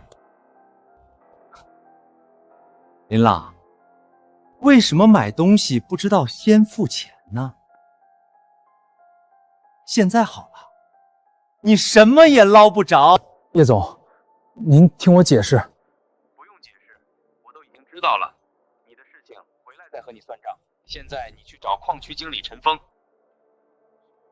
去找陈经理？为什么？我已经和陈峰谈好了，他会以没有收到货款为由扣下那批精品翡翠，到时候你再出资和陈峰买下。是，叶总。我不认为我什么都捞不着，有洛清潭这个山海商会继承人在，我会担心我的翡翠被一个小小的矿区经理吞掉。姓名：陈峰，身份：老旦矿区经理，隐藏信息：老旦矿区为山海商会控股矿区。我和赌石大会负责人说过，林浪竞拍所需资金都挂在山海商会下，他没说吗？洛小姐，赌石大会负责人说了，但我没有见到钱到账，所以我依旧有权限扣留这批没有付款的原石。陈经理，这是你的个人意思，还是老旦矿区的意思？自然是矿区的意思，矿区知道个屁，这可有损他们名声，但他们名声有损于我何干？我这么干到手的可是实打实的买下这批翡翠的几个亿巨款啊！那看来是你个人意思了，矿区的意思。那我为什么不记得我下达过这个命令？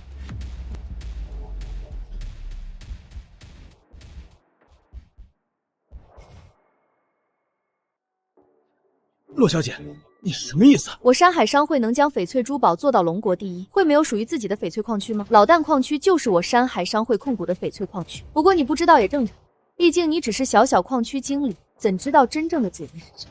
洛小姐，我错了，都是他们长河集团找到我，威胁我，让我扣留翡翠，不然给我10个胆子，我也不敢这么干啊！洛小姐，我们长河集团什么都不知道。你们当我是傻子吗？我也不想听你们互相推卸责任，你们等着官方介入调查吧。在我面前耍这种把式，太丢人。各位，刚刚的事情大家都看到了，长河集团勾结矿区经理，想要吞住这批开出的精品翡翠。长河集团的行为太恶劣，这种企业不配进入翡翠行业。我代表山海商会封杀长河集团进军翡翠行业。好，封杀的好，我作为路人看的都生气。别人开出好的翡翠就用恶劣手段强取豪夺，这必须封杀，遏制后面的人模仿。对，不能一颗老鼠屎坏了一锅汤。翡翠珠宝行业现在欣欣向荣，是因为守规矩。如果有人破坏规矩还不惩治，翡翠行业必定会受到重大影响。反正如果长河集团不被封杀，我这种个人买家肯定不可能还买原石了，因为我怕我开出好的翡翠也被莫须有的理由霸占了。山海商会封杀的漂亮，长河集团必须封杀。林浪，你刚刚怎么那么淡定？你就不怕你的翡翠被吞了呢？那批原石都是洛小姐你出资买的，就算被吞，我也没有损失什么，我自然不怕。有山海商会做后盾，我有什么好怕？你不怕他们吞，怕不怕我吞啊？要知道这批原石是我出资的，从任何程序上他们都属于你。我如果不想给你，你什么也捞不着。青檀姐，你别和浪哥开这个玩笑了。梦瑶，你知道的，我向来不开玩笑。行了，你还真信啊？我不开玩笑，不代表我不会开玩笑啊。林浪，虽然说刚刚的话是玩笑，但说到底我这也是帮了你，你不表示吗？洛小姐要我什么表示，尽管直说。就请我吃个饭吧，等我约你。好。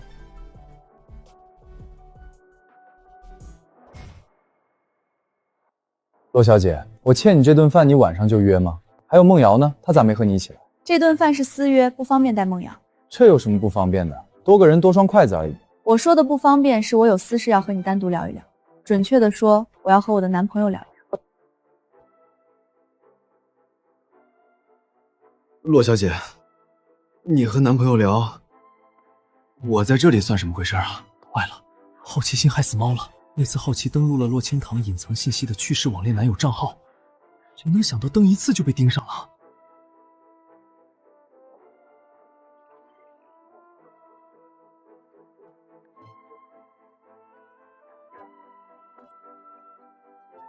天职认定林浪就是自己网恋对象。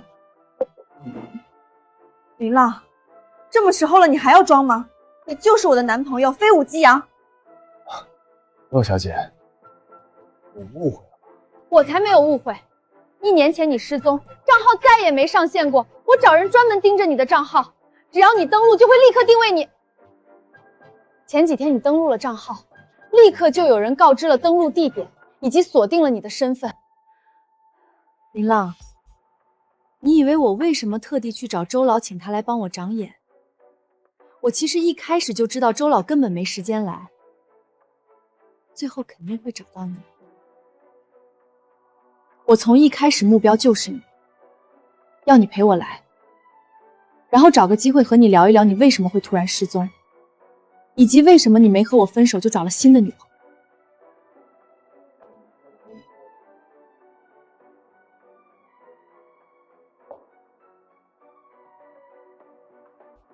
你突然失踪，不就是因为知道我的身份，知道不可能真正和我成为男女朋友，所以才想彻底消失在我的世界里？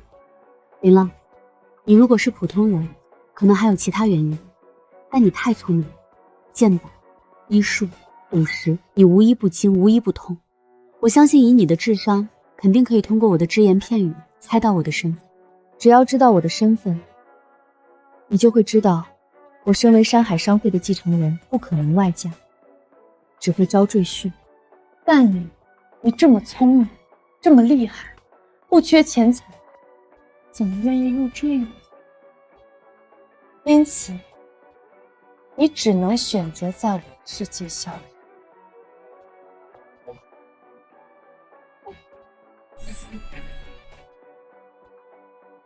林浪，你说我说的对不对？我是不是很聪明？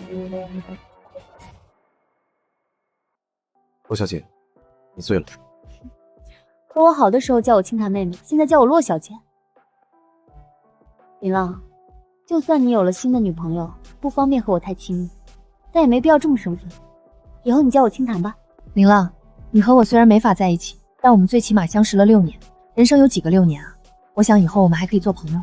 朋友当然可以。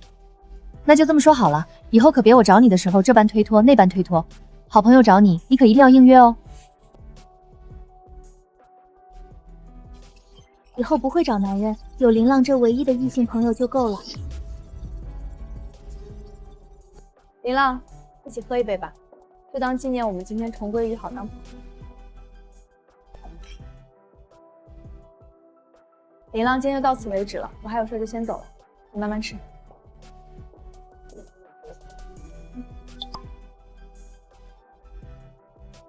林浪，明天你和梦瑶一起回去吧，不用帮我挑古董了。这次的赌石古董大会，山海商会就是承办方，有什么好东西我都知道，不需要挑。这次来云城，主要就是想找个理由让你一起来，然后聊一聊而已。现在聊完了，结果我也很满意。对了，你赌石卖翡翠的钱，明天也会到你的账户。浪哥，你说清堂姐什么事这么着急啊？居然连古董拍卖会都不参加了。要知道，这可是她费不少力气才说通我爸请来的你来长眼呢。人总会有急事的。再说了，清谈他没参加也是好事，这次拍卖会就没什么好东西，唯一不错的就是你包里这个我买来送给老师的乾隆御用砚台，他要是留下来可能会失望而归，提前走还不会失望。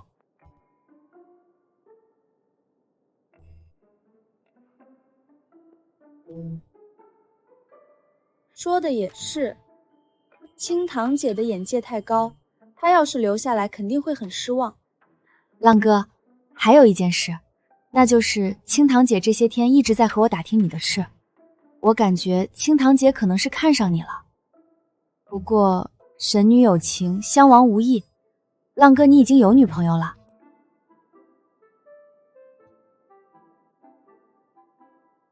女朋友又不是老婆，结婚前多谈个女朋友也没啥。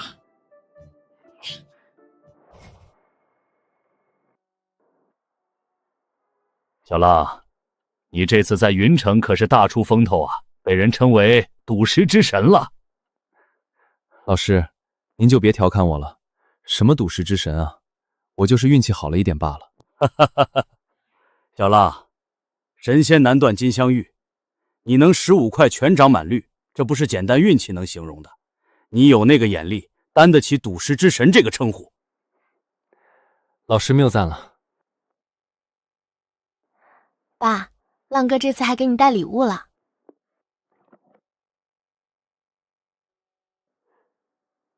乾隆御用砚台，不错，是个好东西。当然是好东西，这可是拍卖会上最好的东西呢。最好的？不至于吧？这次云城的古玩拍卖会级别不低，这乾隆御用砚函最多第2档次吧。爸，您不知道，这个拍卖会就是名气大，根本没有什么好东西，这个御用砚台就是最好的。那清谈那小妮子不是很失望？不会，清谈姐前一天就临时有事离开了，我和浪哥想着来都来了才参加的拍卖会。小浪，你这个礼物破费了啊！一个拍卖会最高级别的拍卖品肯定会溢价很多。老师，没溢价多少，而且对比我这次的收获就是9牛1毛。说的也是，你这次的翡翠原石起码赚了大几个亿，这确实是9牛1毛。不过小浪，老师要嘱咐你一句，赌石你以后或者说近期绝对不能再继续了。你这次太亮眼了，如果下一次还这么亮眼，肯定会引来一大群心怀不轨的人。老师放心，赌石这终究不是正途，我以后的重心肯定会放在堂堂正正的正途事业上的。正途事业好，有什么需要老师帮忙的，尽管说。老师，这可是您说的，我还真想请老师您帮个忙。和老师还客气什么？直接说。老师，您知道我懂一些医术，我现在手里有一款一旦上市就可以垄断市场的药物，但我出身普通，这药物一旦上市，恐怕会有一些豺狼恶虎盯上，所以我想让老师您参一股，以及希望老师您可以动用您的人脉，一起加入进来，为我这个药物保驾护航。哈哈哈哈，就这点事儿，放心，老师在江城这么多年，这点人脉还是有的。你那款药物只要真的好，老师肯定帮你把该找的人都找来。上市就能垄断市场，小浪，是什么类型的药物？一款中草药调配的美白药物，只要长期涂抹，就可以肤若凝脂，白白如玉，没有任何副作用。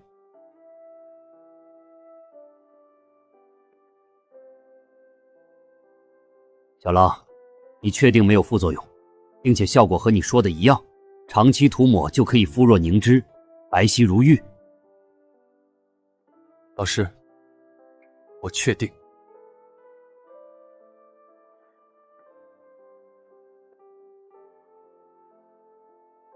小浪，如果你说的都是真的，那你这款药物确实是划时代的美容产品，你的担心也是对的。你这款产品几乎可以代替现在所有的美妆产品，一旦上市，必定有无数美妆行业的企业围攻你。你必须要找很强的盟友，才能抵挡这些豺狼虎豹。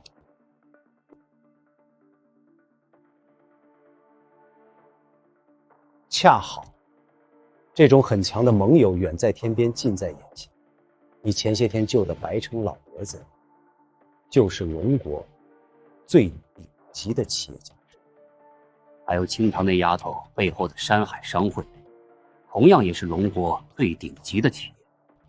只要能够说通他们加入你，那么你这款药物就可以统治美妆市场。那就请老师您帮我从中说和，请动白老爷子的白氏集团和清堂背后的山海商会加入进来。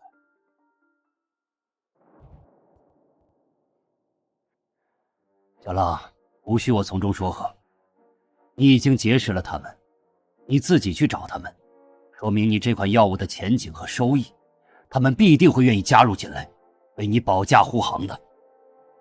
老师，我能结识他们都是因为您的人脉，我岂能越过您去联系他们？所以，还是请老师您帮忙，给我牵线搭桥一番。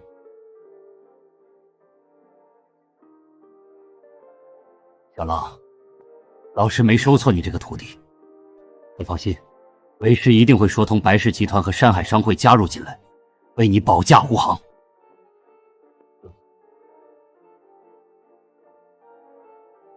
多谢老师。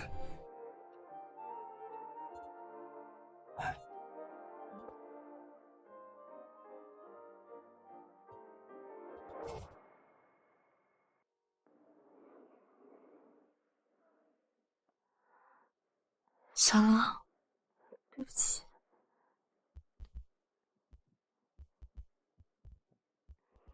顾姐，怎么了？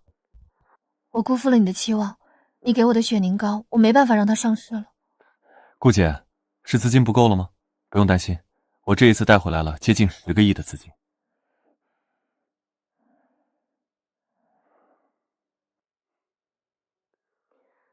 小浪，不是钱的事，是雪凝膏的药材合作方全部违约，不给我们提供药材了，并且不仅仅是他们，市场上所有大的药材商都宣布拒绝给我们提供药材。这是有人打过招呼，故意为难啊。顾姐，是叶长河干的吧？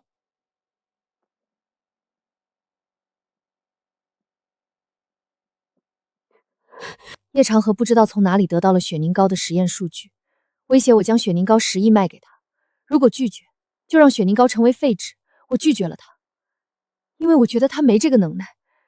他怎能说动所有药材供应商？我错了。今晚我就收到了各大药材供应商解约的消息。想到现在雪凝膏的药材渠道被封锁，雪凝膏真成废纸了，我辜负了你将雪凝膏交给我的信任。顾姐，谁说雪凝膏成为废纸了？过2天我带你去见一些人，那时候你现在所有的担心都会消失不见。小浪，你说的是真的？药材能重新供进上？当然是真的。行了，顾姐，你把心放肚子里，现在天色不晚了，该休息了。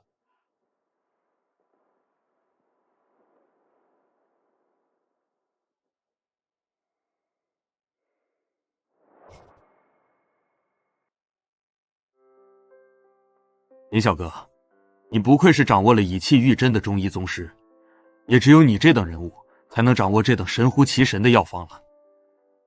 顾小姐，你根本不用担心雪凝膏的药材被卡，因为全球最大的中药生产商就是我们中医协会。而林小哥他的中医协会荣誉会长的身份已经下来了。有林小哥在，中医协会的中药全部都可以提供给你的美妆公司使用。市面上的药材商对你的封锁根本就是一个笑话。孙老，您这话说的好像中医协会的药材我能免费使用似的。中医协会的药材都是精品，价格不凡，我不一定拿得出来这么多钱。不如我用雪凝膏15%的股份抵押中医协会的药材使用权如何？林小哥，15%太多了。雪凝膏一旦上市，那就是统治整个美妆市场的药品。中医协会只是提供药材，哪能要得了这么多的股份？孙老，中医协会可是要负责源源不断的药材供应，对于雪凝膏的作用是重中之重，15%我都觉得少了，您就不要推辞了。这行吧，那我就愧收了。白老、青团，雪凝膏的实验数据和作用你们都看了，不知道你们有什么想法？老朽是个商人，雪凝膏这种一眼赚钱的投资，自然是不会错过。林浪，白老的想法也是我的想法，山海商会也愿意加入雪凝膏的投资，但收益越大，风险越大。雪凝膏收益太大，一旦上市，必定会被无数同行企业围攻。我和白老都是你请来应对同行企业围追堵截的，承受的风险很大。因此，雪凝膏的股份我们不能太低。自然不会低。青檀，你和白老还有我老师的股份都是10%。只是保驾护航就有10%的股份，确实不低。我代表山海商会正式加入雪凝膏。哈哈哈，青檀这丫头说的不错，我也代表白氏集团正式加入雪凝膏。为师没有中医协会提供药材的能量，也没有给雪凝膏太多保驾护航的能力，怎能要10%的股份？老师，您可别这么说，没有您，弟子也没有机会结识孙老、白老。不结识他们，雪凝膏就是废纸。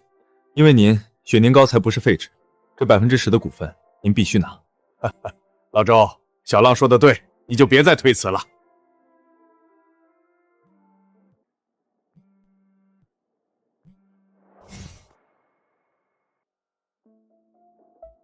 顾可贤，雪凝膏卖给我，你还能获得10亿；不卖给我，它就是废纸一张。今天是我给你最后的期限，下一次我找你就没有这个价了。你说雪凝膏是废纸就是废纸了吗？这声音是周老吧？周老，我知道您在江城的地位，但您需要知道地位只是地位。雪凝膏我吃定了，您的地位帮不了顾可晴。就这么笃定我帮不了吗？您的地位只在江城，而我对顾可晴的封杀是真金白银的全国性乃至世界系的。您的地位可抵不住我真金白银的封杀。老周帮不了，那我这个中医协会的会长帮不帮得了啊？中医协会孙会长是吧？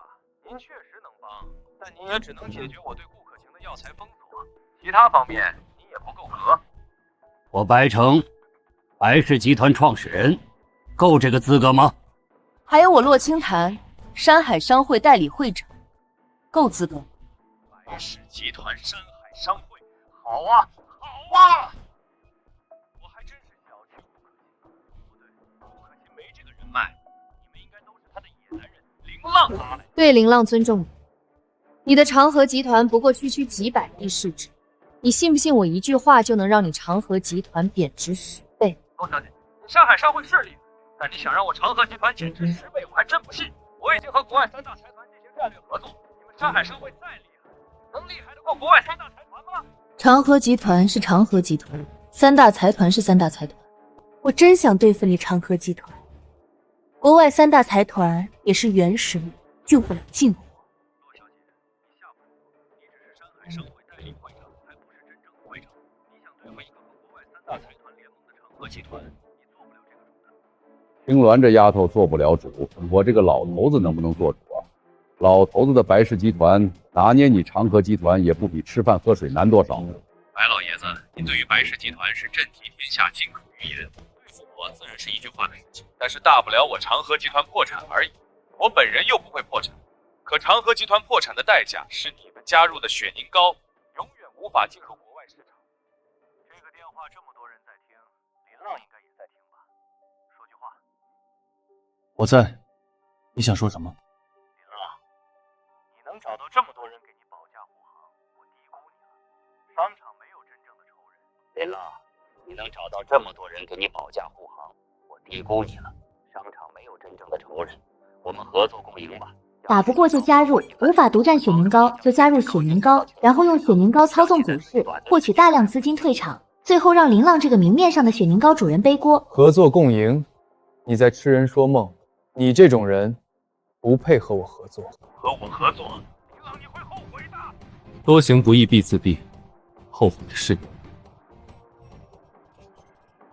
贝林纳逊雪凝膏配方在名创性注册国外专利，和国外3大财团合作股市圈选。想盗取配方，带着国外财团在股市兴风作浪，大肆圈钱。我不仅要你们赚不到1分钱，还要你们在股市上付出惨痛代价。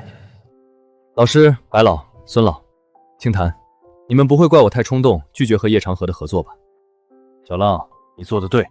叶长河觊觎你的雪凝膏配方，眼见夺取不了，就想加入。天底下哪有这种好事？年轻人自当年轻气盛。小浪，你要是因为利益和这个叶长河合作，老头子反倒是要瞧不起你。林浪，我既然决定站在你这边，你任何决定我都不会质疑。多谢各位的支持。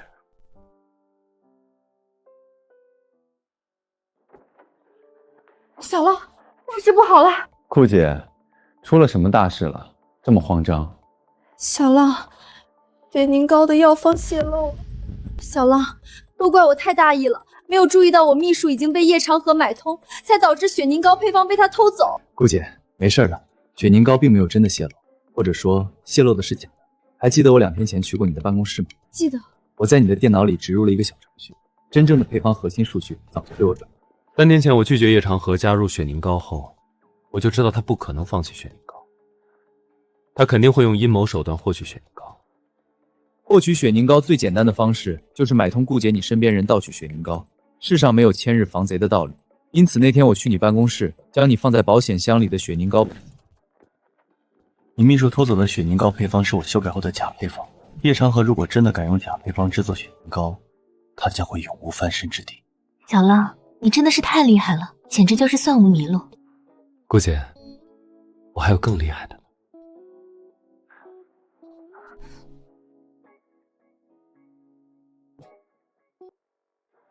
叶先生，您多日前就放出消息说今天会有重大喜讯，不知道是什么喜讯呢？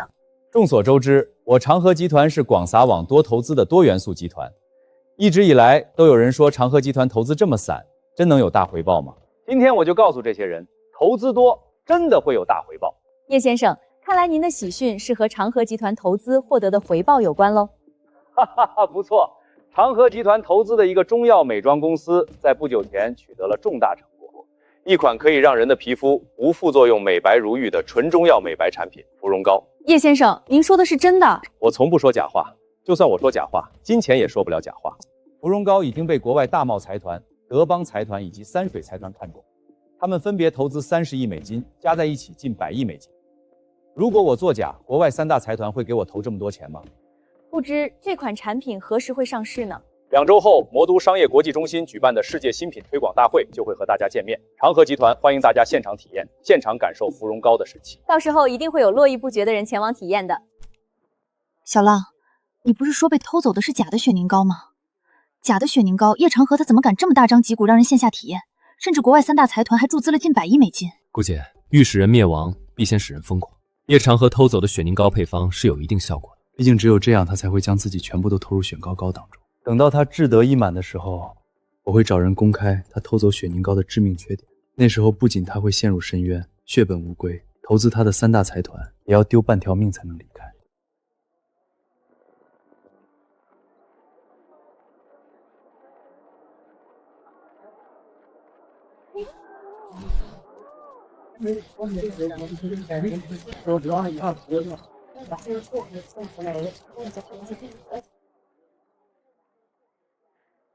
根据山海商会海外分部传来的消息，在3大财团的运作下，芙蓉膏在国外的推广盛况比国内只强不弱。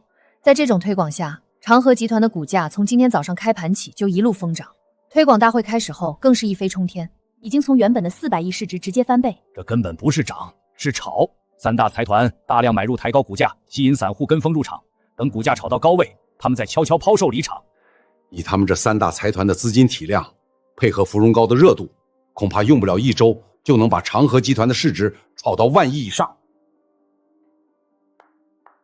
炒到万亿好啊！厅堂、顾姐、老师、白老、尊老，我们的雪凝膏发布会就定在5天后。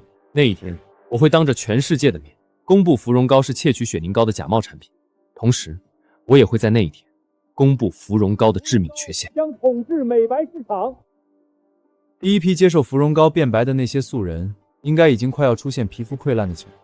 叶长河还有3大财团不久后肯定会发现这件事情。一旦他们发现，他们会如何做呢？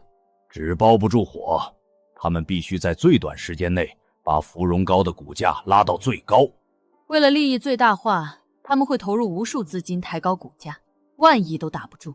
不错，他们想用芙蓉膏收割散户，我们就收割他们。他们拉升股价的巨额资金，就当做他们偷窃雪凝膏的代价。好，小浪，你这招釜底抽薪，够狠够绝。最关键的还是毫无风险，好啊！老头子，我这一生商海沉浮，还没干过这么一本万顺的买卖。5天后，白氏集团调动全部资金做空长河集团。山海商会也一样。中医协会也有不少资金，也会全部投入进来。我也有一些积蓄，也会投入进来。多谢各位信任。5天后，长河集团将会灰飞烟灭，我们会赚得盆满钵满。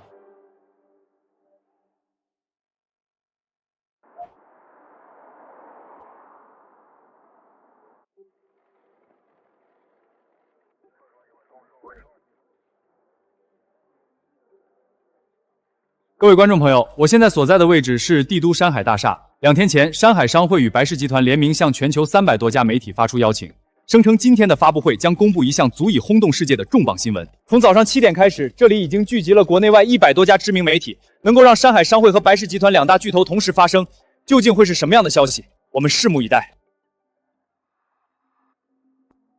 3天前，国外3大财团开始不计成本的砸钱抬高股价。他们这么不计成本，肯定是那时候发现了芙蓉膏的致命缺陷，知道时间窗口不多了，所以想以最快速度将股价拉到最高位，然后在溃烂案例集中爆发前抛售离场。在他们不计代价的疯狂投入下，长河集团的市值已经暴涨到13000亿，这个涨幅堪称是人类金融史上最疯狂的上涨奇迹。想拉到这个程度，3大财团和叶长河加在一起，至少投入了近1000亿美金的真银白银，才把股价吹成了这么大一个泡泡。不过他们做梦也不会想到，这个他们拼了命吹起来的泡泡，马上就要给我们做嫁衣。小浪，这几天我们总共凑了2000亿龙国币，已经全部按照你的布局暗中埋伏好了。只要今天发布会顺利，长河集团股价开始暴跌，这2000亿砸盘的利润就能把3大财团和叶长河投入的那近1000亿美金，一口一口全吞进肚子里。今天的发布会肯定会顺利。叶长河和3大财团虽然不傻，在发现芙蓉膏的缺陷后，就立刻把已经出现溃烂症状的10个模特藏了起来。但他们忘了，在龙国境内，我山海商会想找人太简单。10个溃烂模特，我们已经找到了其中3个，现在人就在山海大厦1楼会客室里。等会儿发布会开始，这3位人证会准时出现在台上，让全世界看看芙蓉膏到底是个什么东西。今天要做的，不只是在股市上大赚一笔。今天我们毫无副作用，经过完整临床验证的雪凝膏，也将正式向全世界亮相。芙蓉膏崩塌的那一刻，就是开启雪凝膏在美妆行业王朝的一刻。芙蓉膏需要靠炒才能上去万亿市值，我们的雪凝膏不需要任何炒作，只要给它时间，1万亿、2万亿，甚至更高，都只是时间问题罢了。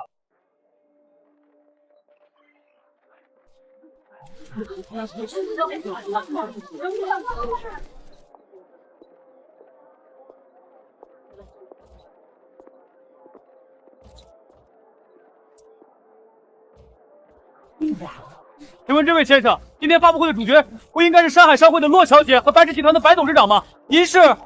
我是路透社记者，能否介绍一下您的身份？为什么这场由山海商会和白氏集团联名邀请的发布会，您会站在中心位置？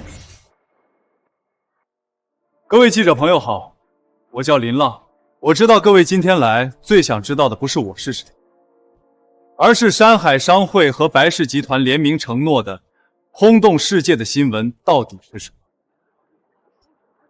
这个轰动世界的新闻就是，近几天让全世界为之瞩目的所谓美白神药芙蓉膏，是盗窃而来的。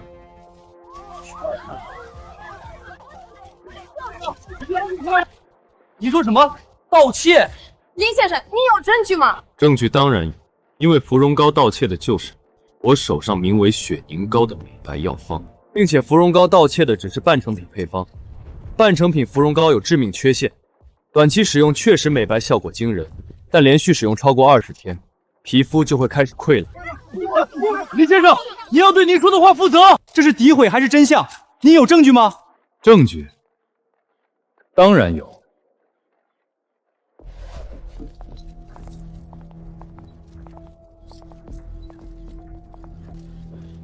不用怕，摘下口罩，让全世界看看芙蓉膏的真实面目。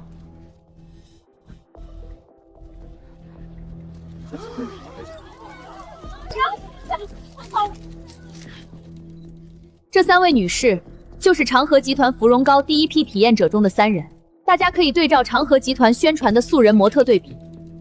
老朽以白氏集团的名誉担保，林浪先生所言句句属实。长河集团的芙蓉膏就是盗取了林浪先生尚未完成的配方，它根本不是一个成熟的产品，而是有毒的残次品。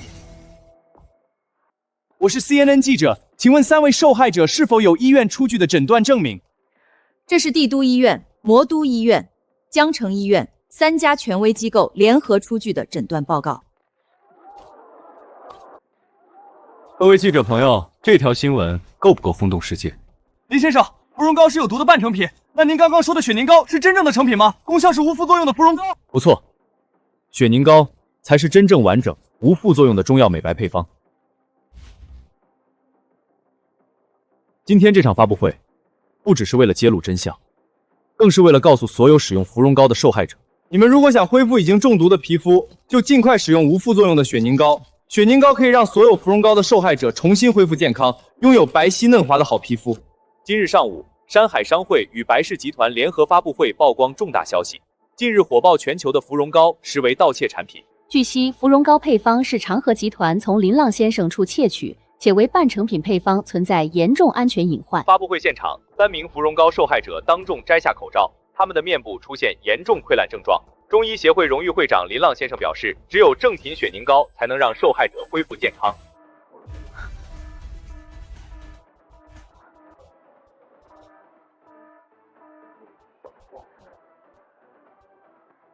今天的发布会如同林浪你预想的那般，非常成功。现在全世界都知道芙蓉膏是有毒产品，长河集团股价一泻千里。我们这次投入的2000亿龙国币，在长河集团股价下跌中，已经盈利超过5000亿。最多再等2个小时，长河集团就会彻底坐入谷底，进入破产清算程序。到那个时候，我们的最终收益保守估计在8000亿以上。股市上赚到的钱，其实只是其次，最关键的是我们的雪凝膏。今天借着芙蓉膏这件事儿，彻底响彻中外。接下来可以预见，购买雪凝膏的人一定会蜂拥而至。所以从今天起，我们要做的重中之重就是疯狂扩产，让雪凝膏的产能跟得上这场泼天的热度。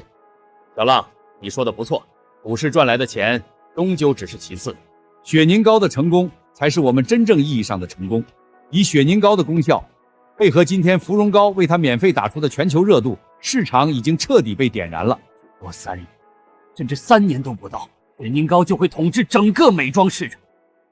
到那时候，雪凝膏每年创造的利润都会远远超过今天我们在股市上赚到的这笔财富，那才是真正的泼天富贵。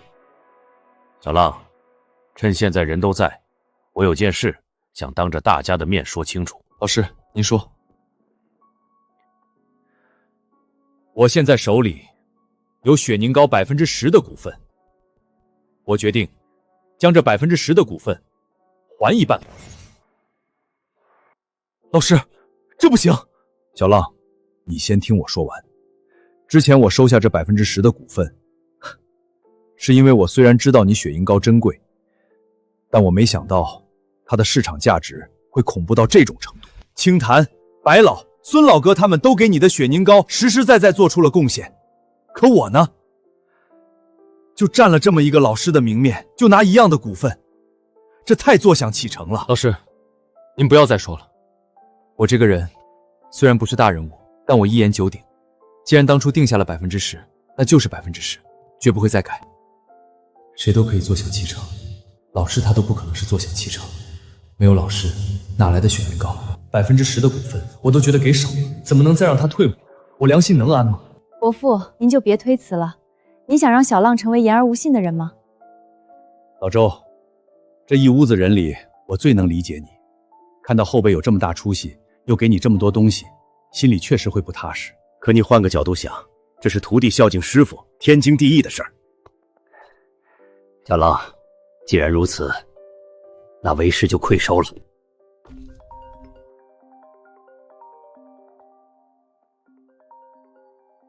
来电方为叶长河与国外大摩财团、德邦财团、三水财团负责人。喂。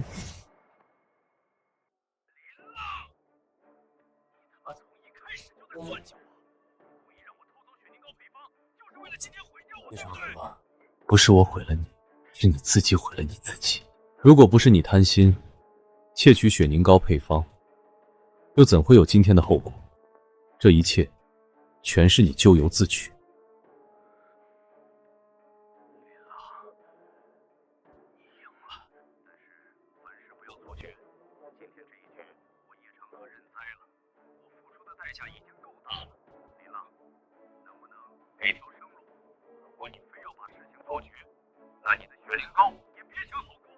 我身后的3大财团在国外的力量你根本想象不到，只要他们发一句话，雪凝膏的产品永远别想踏出国门一步。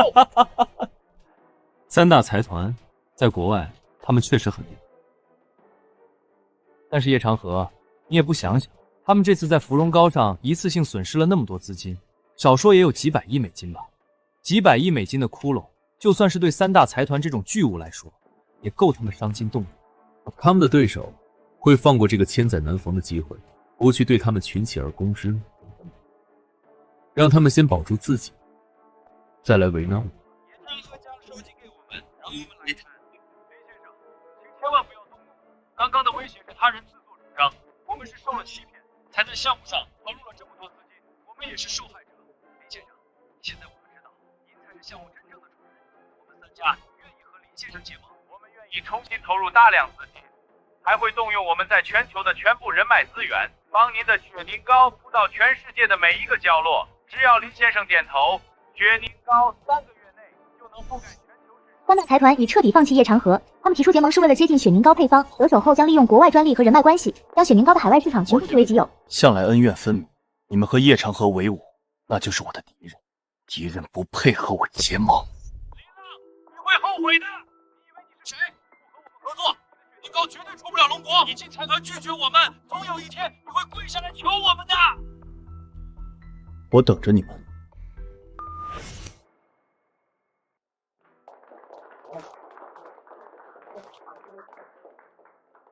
挂得漂亮，林浪，你做的非常对。这国外3大财团横行霸道惯了，以为天底下谁都要顺着他们。你不用太担心他们所谓的封锁，山海商会在海外运营这么多年，不是吃干饭的。不错，青山丫头说的对，她山海商会还有我白氏集团在国外也有自己的门路和人脉，我们的海外合作方实力不弱于这3大财团。这些国外的朋友在知道了雪凝膏的实际效果和市场前景之后，一个个比我们还积极，主动要帮我们牵线搭桥，打开国外市场。白老说的不错，有我们国外的合作方从中周旋，3大财团的威胁什么用处都没有，就是一通狗叫罢了。我从来没有把国外威胁放在心上，因为好的产品不缺乏市场。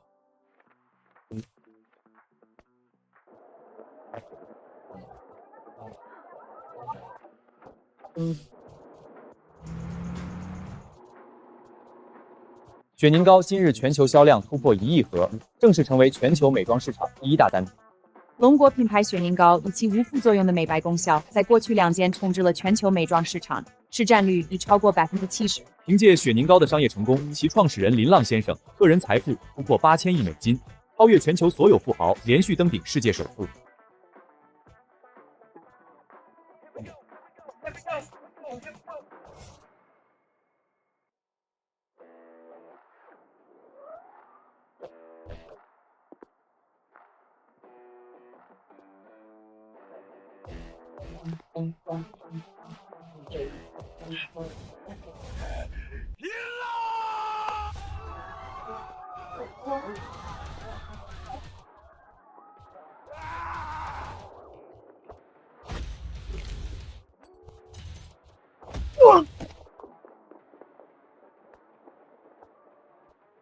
门口发生袭击事件，目标已被控制，林总安全。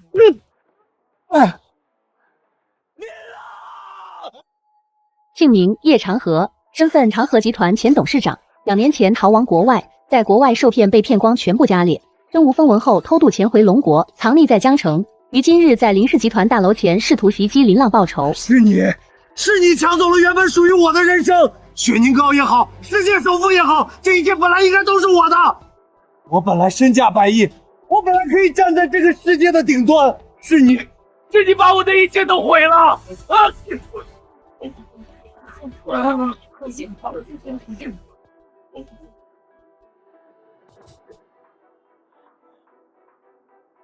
叶长河，你说我抢走了你的人生，毁掉你不是我，是你自己毁掉了你自己。如果你不是一心只想算计别人，只会走捷径抢别人的东西，你到今天依旧是身价100亿的富豪，依旧坐在你的长河集团办公室受人尊敬。但你没有，你选择了参选，选择了一次又一次的想害人。报警吧，把这个在逃商业重犯以及当众袭击他人歹徒移交给检察局。是，林总。你他妈该死！你该死啊！你抢走了我的人生！